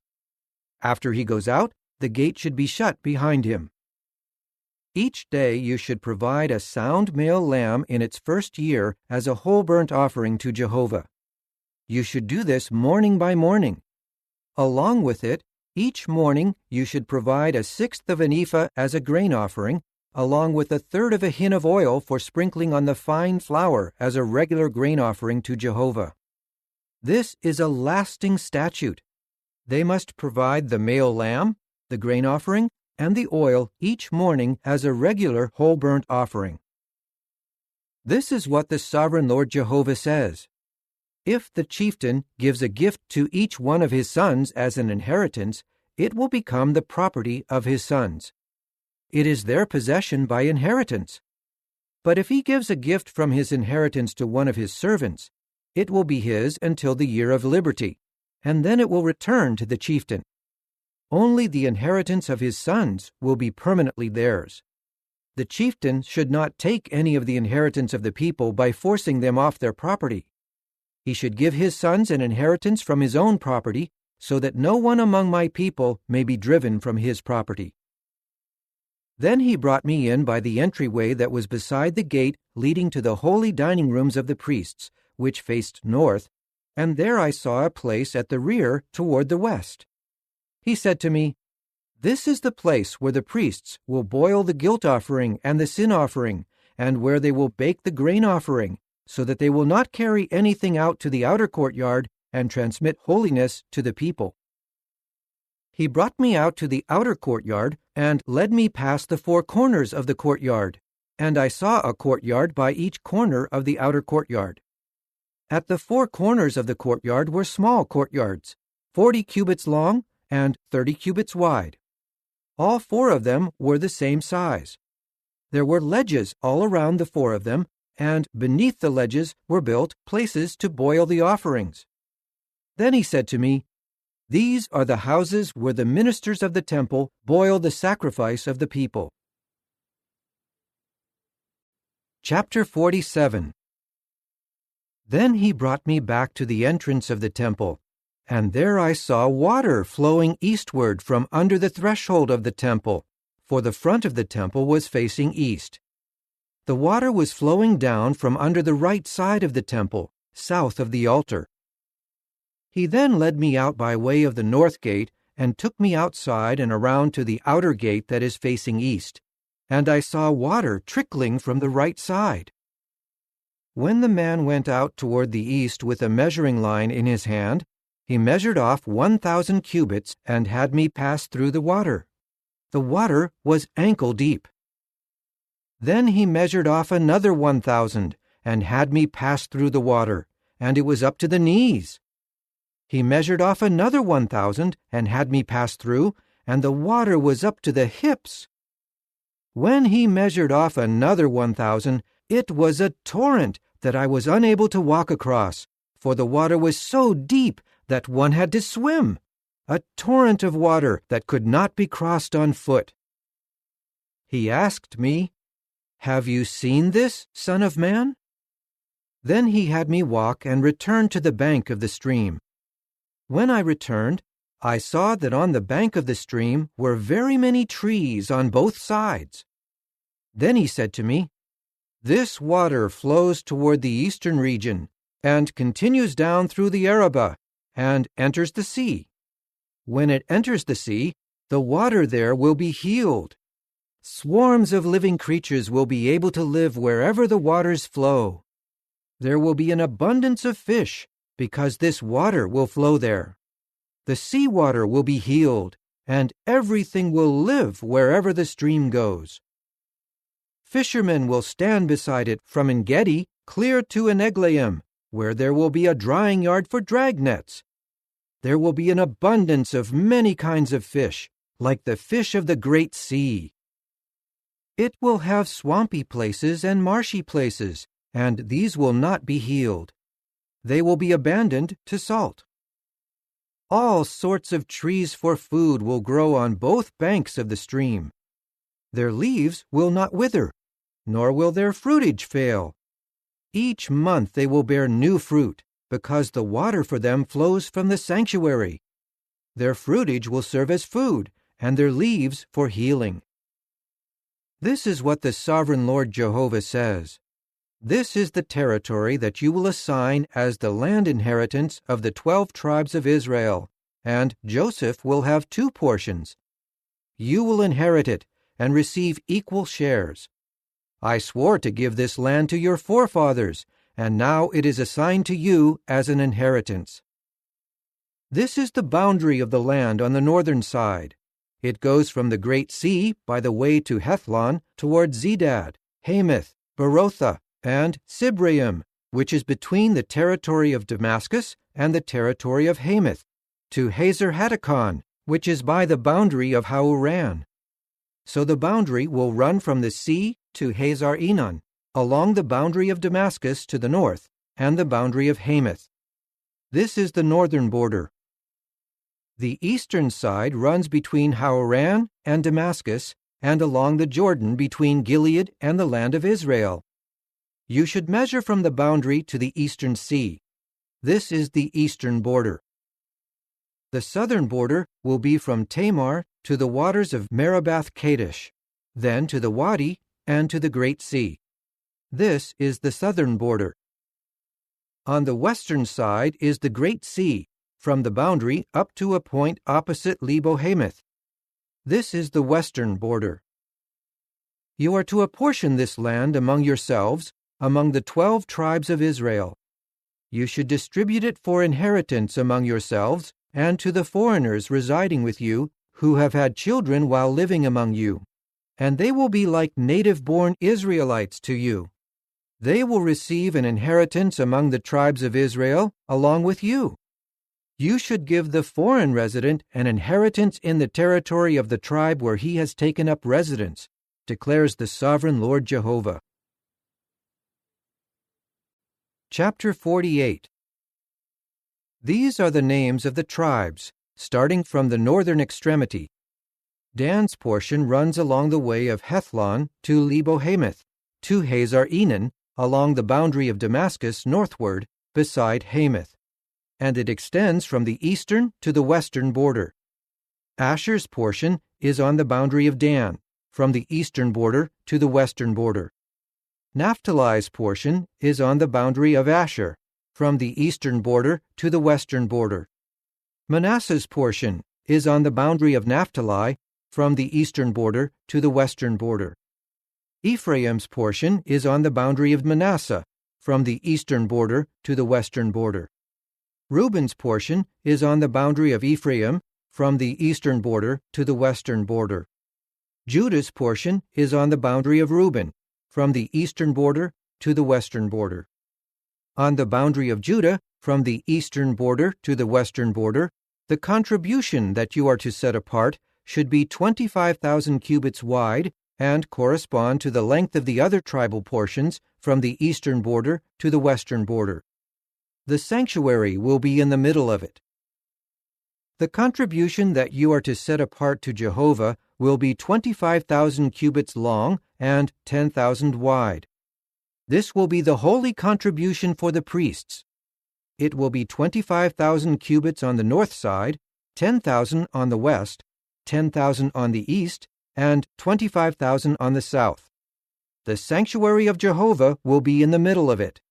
It will be for the sanctified priests from the sons of Zadok, those who took care of their responsibilities toward me and did not go astray when the Israelites and the Levites went astray. They will have a portion of the contribution of the land set apart as something most holy on the boundary of the Levites.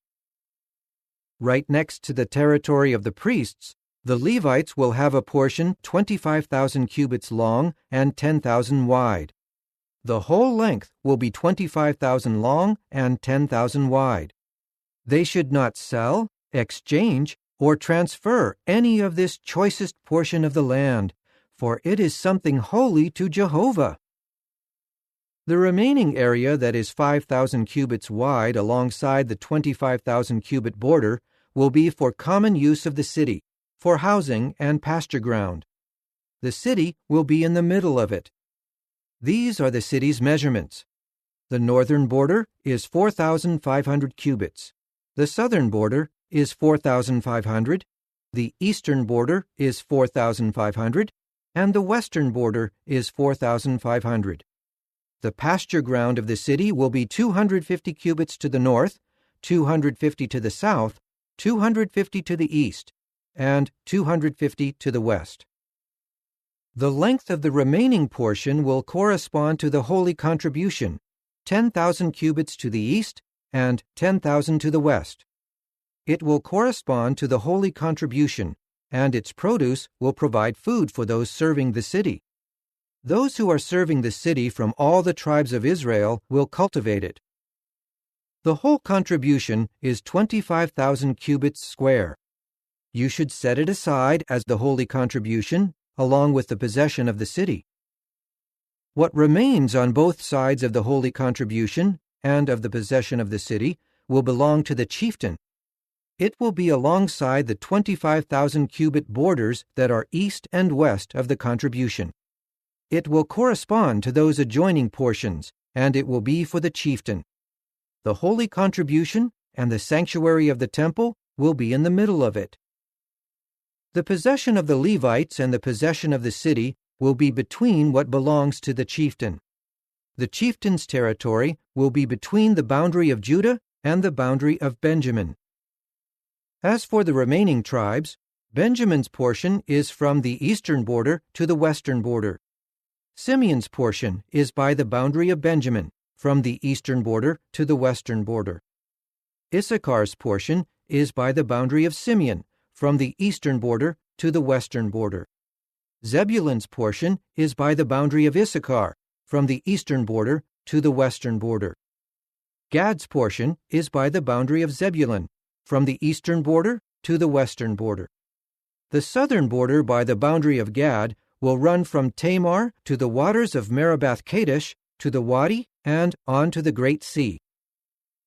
This is the land that you should distribute as an inheritance to the tribes of Israel, and these will be their portions, declares the sovereign Lord Jehovah. These will be the exits of the city. The northern side will measure 4,500 cubits. The gates of the city will be named according to the tribes of Israel. Of the 3 gates on the north, there is 1 gate for Reuben, 1 gate for Judah, and 1 gate for Levi. The eastern side will be 4,500 cubits long, and there are 3 gates, 1 gate for Joseph, 1 gate for Benjamin, and 1 gate for Dan. The southern side will measure 4,500 cubits, with 3 gates, 1 gate for Simeon, 1 gate for Issachar, and 1 gate for Zebulun. The western side will be 4,500 cubits long, with 3 gates, 1 gate for Gad, 1 gate for Asher, and 1 gate for Naphtali. The perimeter will be 18,000 cubits, and the name of the city from that day on will be Jehovah is there.